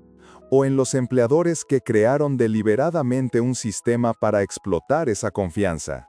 Se acercó al estrado donde estaba sentado Antonio. Mi cliente tiene 30 años de experiencia construyendo, 30 años sin una sola violación, sin una sola denuncia, sin un solo problema legal. Fue contratado por personas que se presentaron como empresarios legítimos. Le aseguraron que todo estaba en orden, y él, como millones de trabajadores en este país, confió en la palabra de quienes aparentaban tener autoridad y conocimiento. Julia tomó los documentos que Daniela había presentado. Estos papeles prueban que existe un sistema diseñado específicamente para explotar esa confianza. Un sistema que identifica trabajadores vulnerables, los usa para ejecutar construcciones ilegales y luego los abandona cuando llegan las autoridades. Este no es un caso de negligencia criminal, es un caso de victimización sistemática. El fiscal Méndez se levantó, su voz más tensa de lo habitual. Su señoría, la defensa está intentando convertir a su cliente en mártir, pero la ley es clara. Ignorancia no es excusa. El señor Costa tenía la obligación profesional de verificar permisos, de asegurar documentación, de cumplir normas. No lo hizo. Eso es negligencia, sin importar las circunstancias. ¿Obligación profesional? Julia se volvió hacia el fiscal. Dígame, doctor Méndez, ¿Cuántos cursos de derecho administrativo toma un albañil en su formación? ¿Cuántas clases sobre procedimientos burocráticos municipales? ¿Cuántos seminarios sobre verificación de documentación corporativa? Méndez frunció el ceño. Eso es irrelevante. Es completamente relevante. Julia elevó la voz. Estamos juzgando a un hombre por no tener conocimientos que nunca se le enseñaron, por no detectar un fraude que fue diseñado por profesionales específicamente para ser indetectable por alguien en su posición. El juez levantó la mano, pidiendo silencio. Doctora Almeida, entiendo su punto, pero debo aplicar la ley, y la ley establece que quien ejecuta construcción ilegal es responsable, independientemente de las circunstancias. Fue entonces cuando Daniela se levantó desde el público. «Su señoría, ¿puedo hablar?» El juez la miró con sorpresa. «Señora Montero, usted ya presentó su testimonio». «Lo sé, pero hay algo más, algo que...» Porque me avergüenza profundamente. Se acercó al frente, su voz temblando. En esos documentos que entregué hay un archivo específico. Se llama Lista de Contingencia. En ese archivo hay nombres, 53 nombres. Son todos los trabajadores que han sido contratados por esta red en los últimos 3 años. Y al lado de cada nombre hay una anotación sobre su nivel de riesgo legal. Daniela miró directamente al juez. Antonio Costa está en esa lista. Y la anotación dice, riesgo bajo, sin educación legal, alta credibilidad como chivo expiatorio, recomendado para proyectos de alta exposición. El impacto de esas palabras fue como explosión en la sala. Antonio sintió que iba a vomitar. Lo habían evaluado, lo habían clasificado, lo habían seleccionado específicamente porque sería el culpable perfecto. El juez palideció visiblemente. ¿Está diciendo que existe un documento donde se identifica explícitamente al señor Costa como potencial chivo expiatorio? Sí, su señoría, y hay más. Hay protocolos escritos sobre cómo manejar arrestos de contratistas. Incluye instrucciones de no aparecer en juicios, de dejar que los trabajadores enfrenten cargos solos, de usar empresas fachada para negar conexión directa. Daniela sacó papeles adicionales. Este es el Manual de Operaciones, página 47, sección titulada Manejo de exposición legal. Cito textualmente. En caso de intervención de autoridades, el contratista local debe ser identificado como responsable independiente. Personal corporativo debe negar conocimiento directo.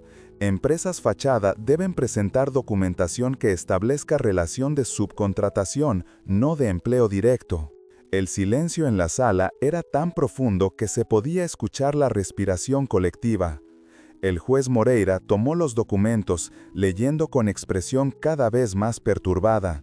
Este hombre había sido juez durante 30 años, había visto corrupción, había visto crímenes complejos, pero esto era diferente. Esto era industrialización del crimen, con manuales y procedimientos. Finalmente, levantó la vista. Doctor Méndez, ¿la Fiscalía desea comentar sobre esta evidencia? El fiscal parecía genuinamente conmocionado. Su caso, construido cuidadosamente sobre hechos técnicos indisputables, se había transformado en algo que no podía controlar.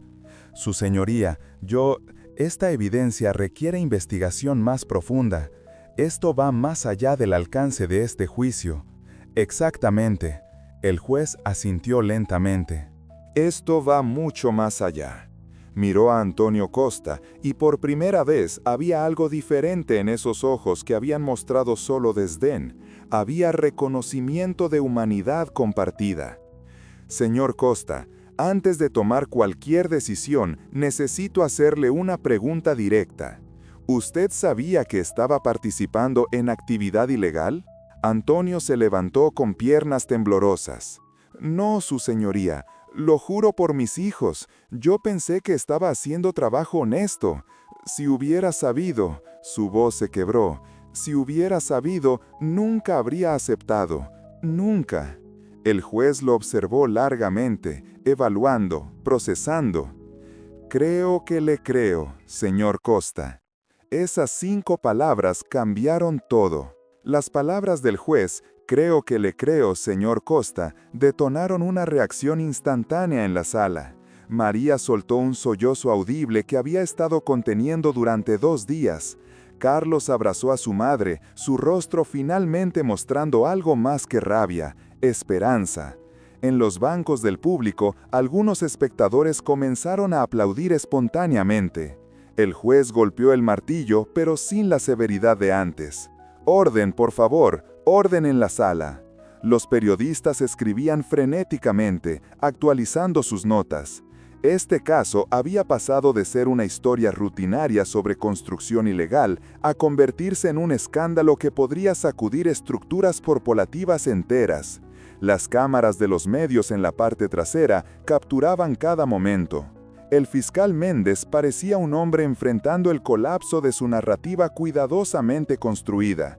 Se levantó, intentando recuperar algo de control sobre el procedimiento.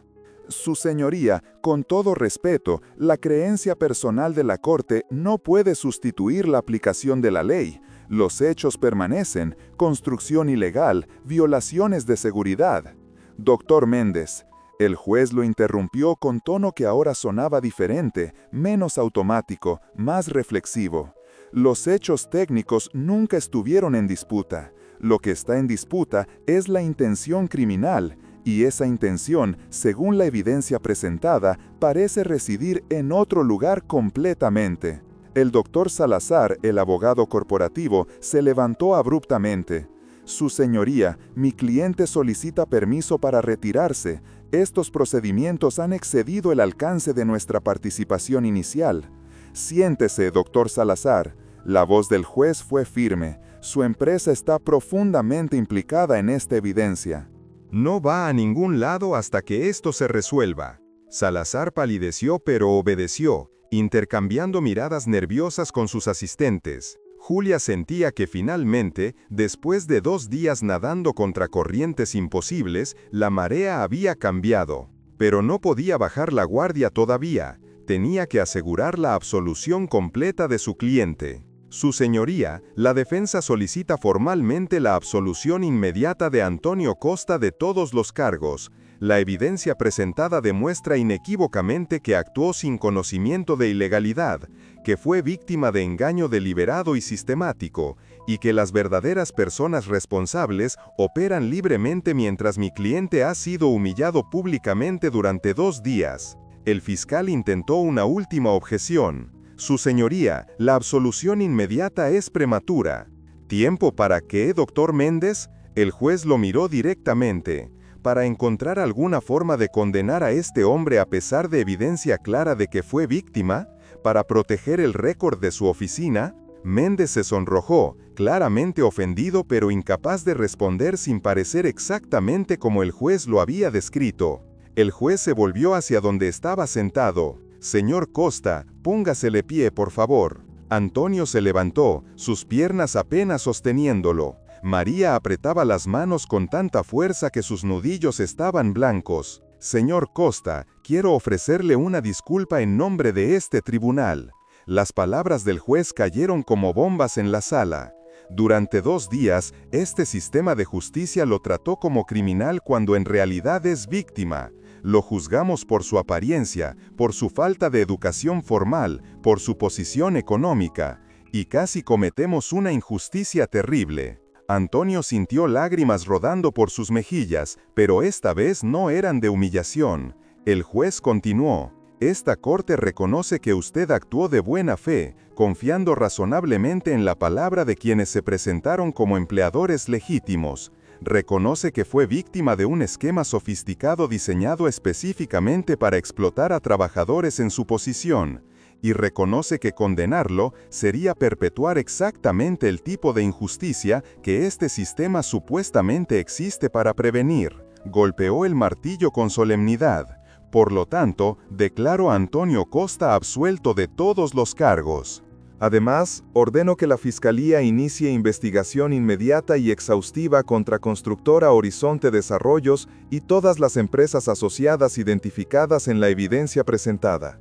Ordeno que se emitan órdenes de arresto contra Miguel Ángel Soto, conocido como Augusto Ribeiro, y cualquier otro individuo identificado como participante en este esquema de fraude. La sala explotó. Aplausos genuinos resonaron desde el público. María corrió hacia la baranda que separaba a los espectadores de la corte, sollozando abiertamente. Carlos la seguía, con lágrimas en sus propios ojos. ¡Orden! El juez golpeó el martillo nuevamente, pero su tono no era de irritación. Por favor, permítanme terminar. Cuando la sala se calmó, el juez continuó. Señor Costa, este tribunal también reconoce el daño que le hemos causado. Su reputación ha sido manchada públicamente. Ha sufrido humillación innecesaria. Ha pasado 2 días enfrentando acusaciones que nunca debieron dirigirse contra usted. Miró a los periodistas en la parte trasera. Solicito a los medios de comunicación presentes que den a la absolución del señor Costa la misma prominencia que dieron a las acusaciones iniciales. Este hombre merece que su nombre sea limpiado tan públicamente como fue ensuciado. Varios periodistas asintieron tomando nota. Julia sentía que finalmente podía respirar. David Chen lloraba silenciosamente en su asiento, aliviado de que su decisión de venir hubiera hecho la diferencia. Daniela Monteiro temblaba, sabiendo que su vida cambiaría drásticamente por haber hablado, pero sintiéndose finalmente en paz con su conciencia. El juez se dirigió al fiscal. Doctor Méndez, espero que su oficina aprenda de este caso. No todos los acusados son culpables. No todas las víctimas parecen víctimas, y la justicia requiere que miremos más allá de las apariencias y los hechos superficiales. Méndez asintió rígidamente, claramente humillado pero sin argumentos. Finalmente, el juez miró al doctor Salazar y a los otros representantes corporativos en la sala. En cuanto a ustedes, sugiero fuertemente que cooperen completamente con la investigación que viene, porque si esta evidencia es apenas la punta del iceberg, y sospecho que lo es, las consecuencias legales serán severas. Salazar y sus asociados permanecieron en silencio, sus rostros pálidos. El juez se levantó. Esta audiencia ha concluido. Señor Costa es libre de irse. Y, señor Costa, hizo una pausa, le deseo lo mejor. Lamento profundamente lo que ha tenido que pasar. El golpe final del martillo resonó, pero esta vez no sonaba como sentencia fúnebre. Sonaba como campana de libertad. Antonio permaneció de pie, todavía procesando que había terminado, que había ganado, que era libre. Julia se acercó y le tocó el brazo suavemente. Señor Costa, terminó, usted ganó.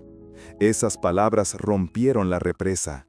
Antonio se derrumbó en su silla, sollozando abiertamente, mientras María y Carlos corrían hacia él, rodeándolo con brazos que no querían soltarlo nunca más. En la galería de prensa, los periodistas hacían llamadas urgentes a sus editores. Cambien el titular, la historia es completamente diferente. El pedrero es inocente, hay un escándalo corporativo masivo, esto va a ser grande. En las redes sociales, la noticia comenzaba a viralizarse.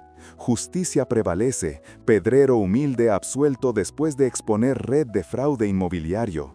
Los comentarios se multiplicaban por miles, muchos expresando indignación por cómo había sido tratado inicialmente, otros celebrando que finalmente la verdad había prevalecido. Pero en esa sala, en ese momento, para Antonio Costa y su familia, nada de eso importaba tanto como el simple hecho de que, contra todas las probabilidades, la justicia había triunfado. Los minutos siguientes al golpe final del martillo fueron un torbellino de emociones y actividad. Los oficiales de la corte se acercaron para explicar a Antonio los procedimientos formales de su absolución. Julia firmaba documentos con manos que todavía temblaban ligeramente de adrenalina. María no soltaba el brazo de su esposo, como si temiera que todo fuera un sueño del que despertaría en cualquier momento. El juez Moreira, antes de retirarse a su despacho, hizo algo inusual. Se acercó personalmente a la mesa de la defensa.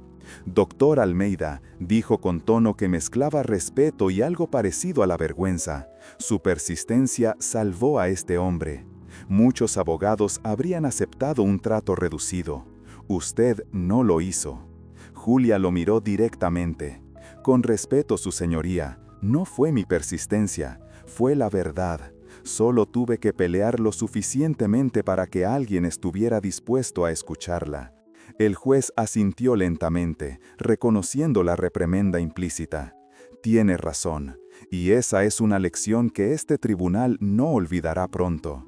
Se volvió hacia Antonio, extendiendo su mano. Señor Costa, nuevamente, mis disculpas y mis respetos. No muchos hombres podrían haber soportado lo que usted soportó estos 2 días con la dignidad que mostró. Antonio estrechó la mano del juez, todavía incapaz de articular palabras entre las lágrimas. Mientras el juez se retiraba, el fiscal Méndez recogía sus documentos con movimientos mecánicos.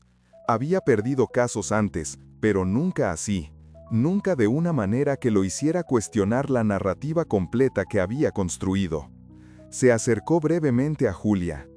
«Buen trabajo, doctora», dijo con voz tensa, «aunque debo decir que esto cambia todo. Mi oficina tendrá que revisar docenas de casos similares ahora». Julia lo miró sin celebración en sus ojos. «Tal vez eso es exactamente lo que necesita hacerse, doctor Méndez. ¿Cuántos otros Antonio Costa hay en las cárceles ahora mismo, condenados por crímenes que no cometieron porque nadie peleó lo suficiente por ellos?» Méndez no respondió, simplemente asintió y se retiró, llevando consigo una incomodidad que probablemente lo perseguiría durante mucho tiempo. David Chen se acercó tímidamente a Antonio. «Señor Costa, yo no sé qué decir. Gracias por no rendirse, por luchar». Antonio lo miró y, para sorpresa de David, sonrió débilmente. «Gracias a usted, muchacho. Venir aquí tomó valor, más valor del que yo tuve durante esas 6 semanas de trabajo. Usted vio que algo estaba mal y finalmente hizo algo al respecto. Eso lo convierte en alguien honorable». David sintió que esas palabras sanaban algo roto dentro de él. Daniela Montero también se acercó, con expresión entre aliviada y aterrada. «Señor Costa, ahora que esto terminó, yo voy a tener que enfrentar consecuencias también. Fui cómplice durante 3 años, pero no me arrepiento de haber hablado». Antonio tomó su mano con gentileza. «Usted salvó mi vida, señora, mi libertad, mi reputación, y lo hizo sabiendo lo que le costaría. No hay palabras suficientes para agradecerle». María abrazó a Daniela, llorando. «Usted tiene hijos también, ¿verdad?», preguntó María. «Algún día, cuando ellos sean mayores, van a sentirse tan orgullosos de su madre, de su valor». Daniela se quebró, abrazando a María mientras ambas lloraban juntas. 2 mujeres que habían pasado noches sin dormir por razones muy diferentes, ahora conectadas por un momento de justicia compartida. Los periodistas solicitaban entrevistas. Varios se acercaron con cámaras y micrófonos, preguntando a Antonio cómo se sentía, qué quería decir. Julia intervino protectoramente. «Mi cliente acaba de pasar por una experiencia traumática. Por favor, respeten su espacio. Emitiremos una declaración oficial mañana». Pero Antonio la detuvo suavemente. «Está bien, doctora. Quiero decir algo». Se volvió hacia las cámaras, limpiándose las lágrimas, encontrando su voz. «Yo solo quiero que la gente sepa que personas como yo existimos, trabajadores humildes que solo intentamos vivir honestamente, y que el sistema a veces nos ve como culpables antes de escuchar nuestra historia. Pero hoy la justicia funcionó, no porque yo sea especial, sino porque hubo gente». Miró a Julia, a David, a Daniela, que estuvo dispuesta a pelear por la verdad. Su voz se fortaleció. «Si mi historia sirve para algo, espero que sirva para recordar que todos merecemos ser escuchados. Todos merecemos que nos crean cuando decimos la verdad. No importa si no tenemos títulos o dinero o conexiones. La dignidad no depende de eso». Las cámaras capturaron cada palabra, cada emoción en su rostro. Ese fragmento se volvería viral en horas, compartido millones de veces con comentarios que iban desde «esto me hizo llorar» hasta «este es el tipo de justicia que necesitamos». Finalmente, cuando la sala comenzó a vaciarse, cuando los periodistas se retiraron para escribir sus historias, cuando los oficiales de la corte apagaron las luces, la familia Costa permaneció en el corredor por unos momentos más. Carlos abrazaba a su padre, algo que no hacía desde que era niño. «Papá, nunca dudé de ti, ni un segundo. Lo sé, hijo, lo sé». María tomó el rostro de Antonio entre sus manos. «Vamos a casa, mi amor. Finalmente, vamos a casa». Y esas palabras simples, «vamos a casa», contenían todo el peso de 2 días de pesadilla que finalmente terminaban. No más celdas, no más humillación, solo hogar, familia y la oportunidad de reconstruir una vida que había estado a punto de ser destruida. 3 semanas después del veredicto, Antonio Costa se sentaba en el pequeño patio trasero de su casa, tomando café mientras observaba a su nieta jugar con muñecas. El sol de la tarde pintaba todo de dorado, y por primera vez en meses sentía algo parecido a la paz. Las semanas posteriores al juicio habían sido extrañas. Su rostro aparecía en periódicos y noticieros, pero ahora el contexto era completamente diferente. Pedrero inocente expone red de corrupción corporativa. Trabajador humilde se convierte en símbolo de lucha por justicia. Caso Costa desencadena investigación masiva de fraude inmobiliario. La Fiscalía había abierto investigaciones contra 15 empresas. Miguel Ángel Soto, el hombre conocido como Augusto Ribeiro, había sido arrestado intentando salir del país. El doctor Salazar enfrentaba cargos de obstrucción de la justicia. Daniela Monteiro había recibido inmunidad a cambio de su testimonio completo, y ahora trabajaba activamente con los investigadores, desentrañando años de contabilidad fraudulenta. David Chen había regresado a sus estudios de arquitectura, pero ahora con nueva perspectiva. Había dado entrevistas hablando sobre ética profesional, sobre la responsabilidad de los profesionales educados de proteger a trabajadores vulnerables. Su historia de redención había inspirado a otros jóvenes a hablar sobre irregularidades en sus propios lugares de trabajo. Pero para Antonio, lo más significativo no eran los titulares o las investigaciones. Era esto: estar sentado en su casa, libre, con su familia, sin la sombra de la prisión pendiendo sobre él. Julia Almeida había venido a visitarlo la semana anterior. Traía noticias. Varios trabajadores más habían aparecido, identificándose como víctimas del mismo esquema. Algunos habían sido condenados años atrás. Sus casos estaban siendo reabiertos. «Señor Costa», le había dicho Julia, «usted no solo salvó su propia vida, salvó la de docenas de otras personas. Su caso abrió una puerta que estaba cerrada hace mucho tiempo». Antonio había llorado nuevamente, pero estas lágrimas eran diferentes. No de dolor, sino de algo más complejo, de gratitud mezclada con tristeza por todos aquellos que no habían tenido la suerte que él tuvo. Por todos los que permanecían en cárceles condenados por crímenes que no cometieron, sin un David Chen que apareciera en el último momento, sin una Daniela Monteiro que encontrara su valor, sin una Julia Almeida que peleara hasta el final. «Doctora», le había preguntado, «¿qué puedo hacer? ¿Cómo puedo ayudar a esas personas?». Julia había sonreído. «Siga contando su historia. Cada vez que alguien le pregunte, cuente la verdad. Eso es más poderoso de lo que imagina». Y Antonio lo había hecho. Había hablado en un centro comunitario, había dado su testimonio en una iglesia local. Había hablado con grupos de trabajadores de la construcción, advirtiéndoles sobre las señales de alerta, sobre cómo protegerse, sobre la importancia de documentar todo. Algo había cambiado en él durante aquellos 2 días en el tribunal. Había entrado como un hombre roto, humillado, convencido de que el sistema era demasiado grande para luchar contra él. Había salido como alguien diferente, no más fuerte físicamente, no más educado, no más rico, pero con una comprensión profunda de algo que antes solo había intuido, que la dignidad no es algo que otros pueden dar o quitar, es algo que uno sostiene internamente, sin importar cuánto intenten destruirla. Su hijo Carlos había encontrado nuevo empleo. Con el nombre de su padre limpiado, las puertas que se habían cerrado comenzaron a abrirse nuevamente. María había recuperado su sonrisa, aunque todavía tenía pesadillas ocasionales sobre el juicio. Los vecinos que antes susurraban y lo miraban con sospecha, ahora se acercaban a disculparse, a expresar apoyo, a admitir que habían juzgado demasiado rápido.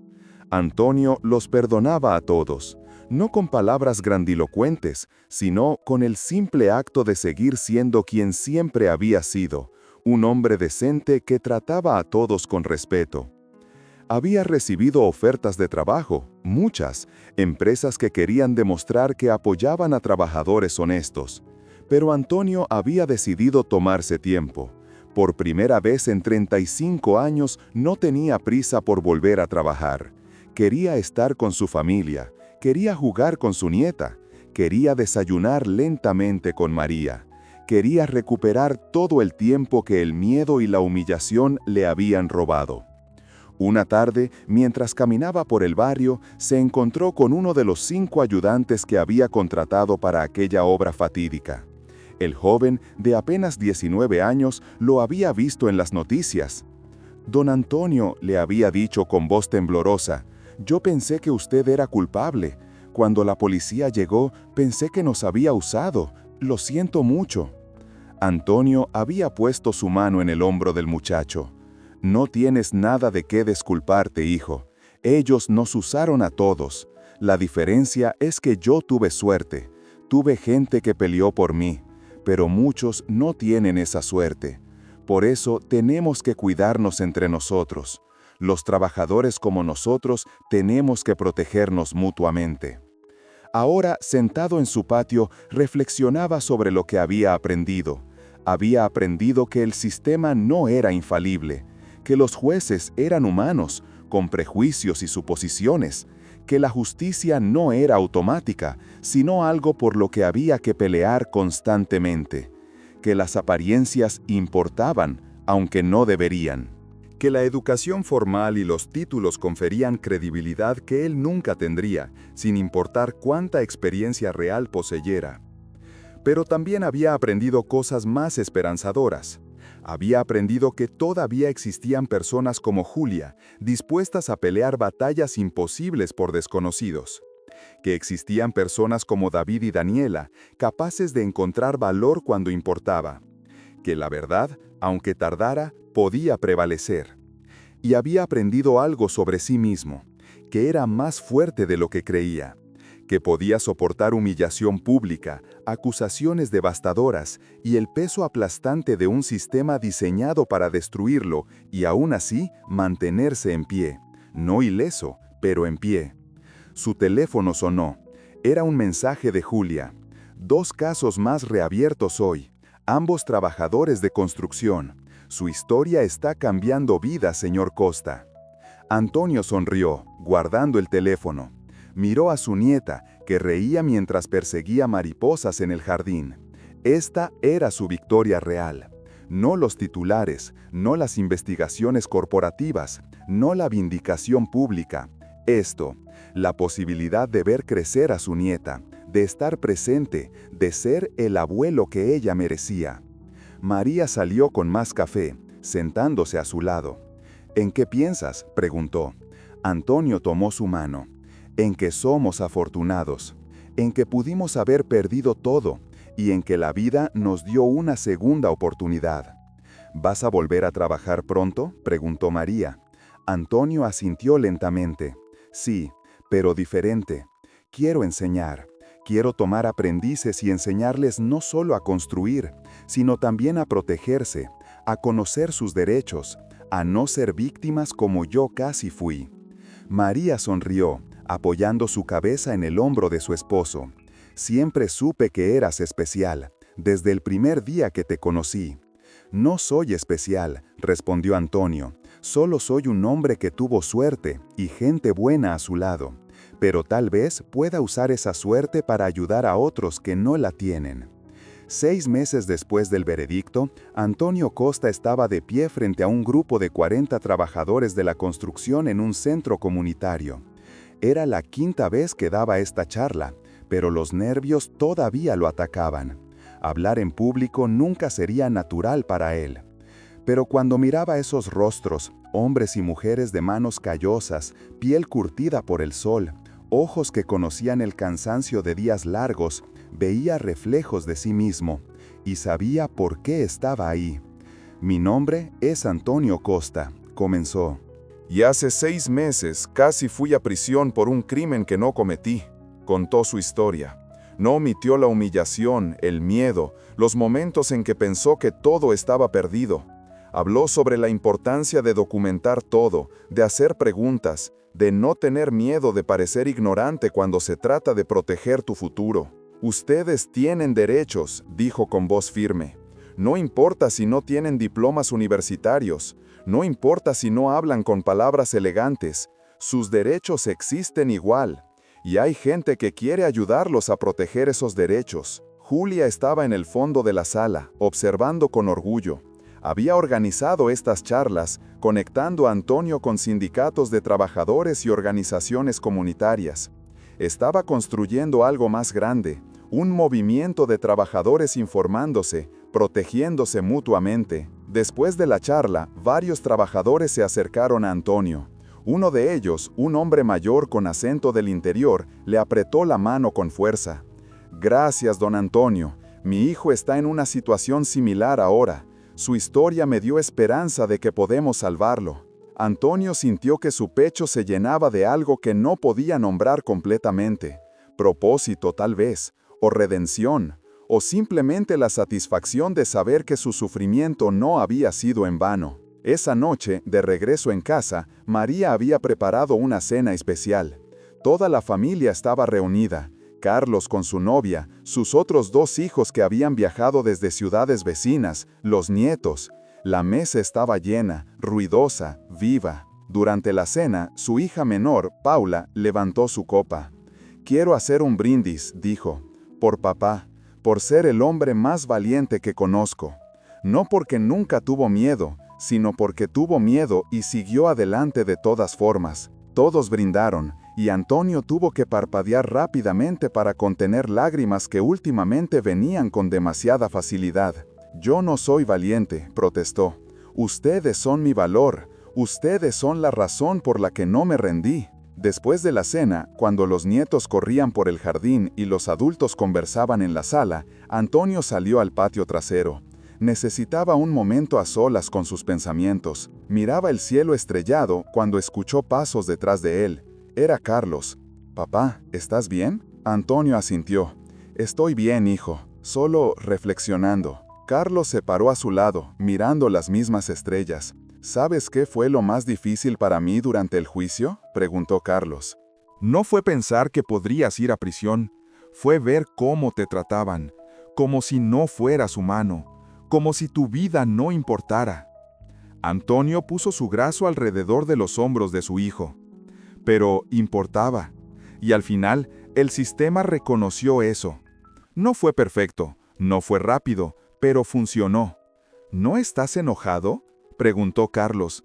«Después de todo lo que pasaste, ¿no quieres venganza contra alguien?». Antonio pensó en eso cuidadosamente. «Estuve enojado, durante mucho tiempo, pero la rabia solo me lastimaba a mí. Lo que quiero ahora no es venganza, es cambio. Quiero que lo que me pasó sirva para que no le pase a otros. Esa es la única venganza que vale la pena». Padre e hijo permanecieron en silencio por un momento, compartiendo una comprensión que no necesitaba palabras. Más tarde esa noche, cuando todos se habían ido y la casa estaba finalmente tranquila, Antonio se sentó en el borde de su cama. María ya dormía, respirando suavemente a su lado. Él la observó por un largo momento, agradecido por cada día que tenían juntos, días que casi le fueron arrebatados. Se levantó y caminó hacia una caja que guardaba en el armario. Adentro estaban todos los recortes de periódicos sobre su caso, las primeras páginas que lo llamaban criminal, los artículos posteriores que documentaban su absolución, las entrevistas donde contaba su historia. No los guardaba por vanidad, los guardaba como recordatorio de lo cerca que había estado del abismo, de lo frágil que era la justicia, de lo importante que era pelear por ella. Padre e hijo permanecieron en silencio por un momento, compartiendo una comprensión que no necesitaba palabras. Más tarde esa noche, cuando todos se habían ido y la casa estaba finalmente tranquila, Antonio se sentó en el borde de su cama. María ya dormía, respirando suavemente a su lado. Él la observó por un largo momento, agradecido por cada día que tenían juntos, días que casi le fueron arrebatados. Se levantó y caminó hacia una caja que guardaba en el armario. Adentro estaban todos los recortes de periódicos sobre su caso, las primeras páginas que lo llamaban criminal, los artículos posteriores que documentaban su absolución, las entrevistas donde contaba su historia. No los guardaba por vanidad, los guardaba como recordatorio de lo cerca que había estado del abismo, de lo frágil que era la justicia, de lo importante que era pelear por ella. Cerró la caja y la devolvió al armario. Ya no necesitaba mirarlos tan frecuentemente. La historia estaba viva en él, pero ya no lo definía. Era parte de su pasado, pero no su futuro. Regresó a la cama, deslizándose bajo las cobijas. María se movió en sueños, acurrucándose contra él. Antonio la abrazó, sintiendo el calor de su cuerpo, la realidad de su presencia. En la oscuridad susurró palabras que nadie escuchó, pero que necesitaba decir. Gracias, a Dios, a Julia, a David, a Daniela, a todos, a los que creyeron cuando nadie más lo hacía. Gracias. Y por primera vez en muchos meses, Antonio Costa se durmió sin pesadillas. Durmió profunda y pacíficamente, sabiendo que había sobrevivido a la tormenta, que su nombre estaba limpio, que su familia estaba segura. Había entrado al tribunal como víctima, había salido como sobreviviente.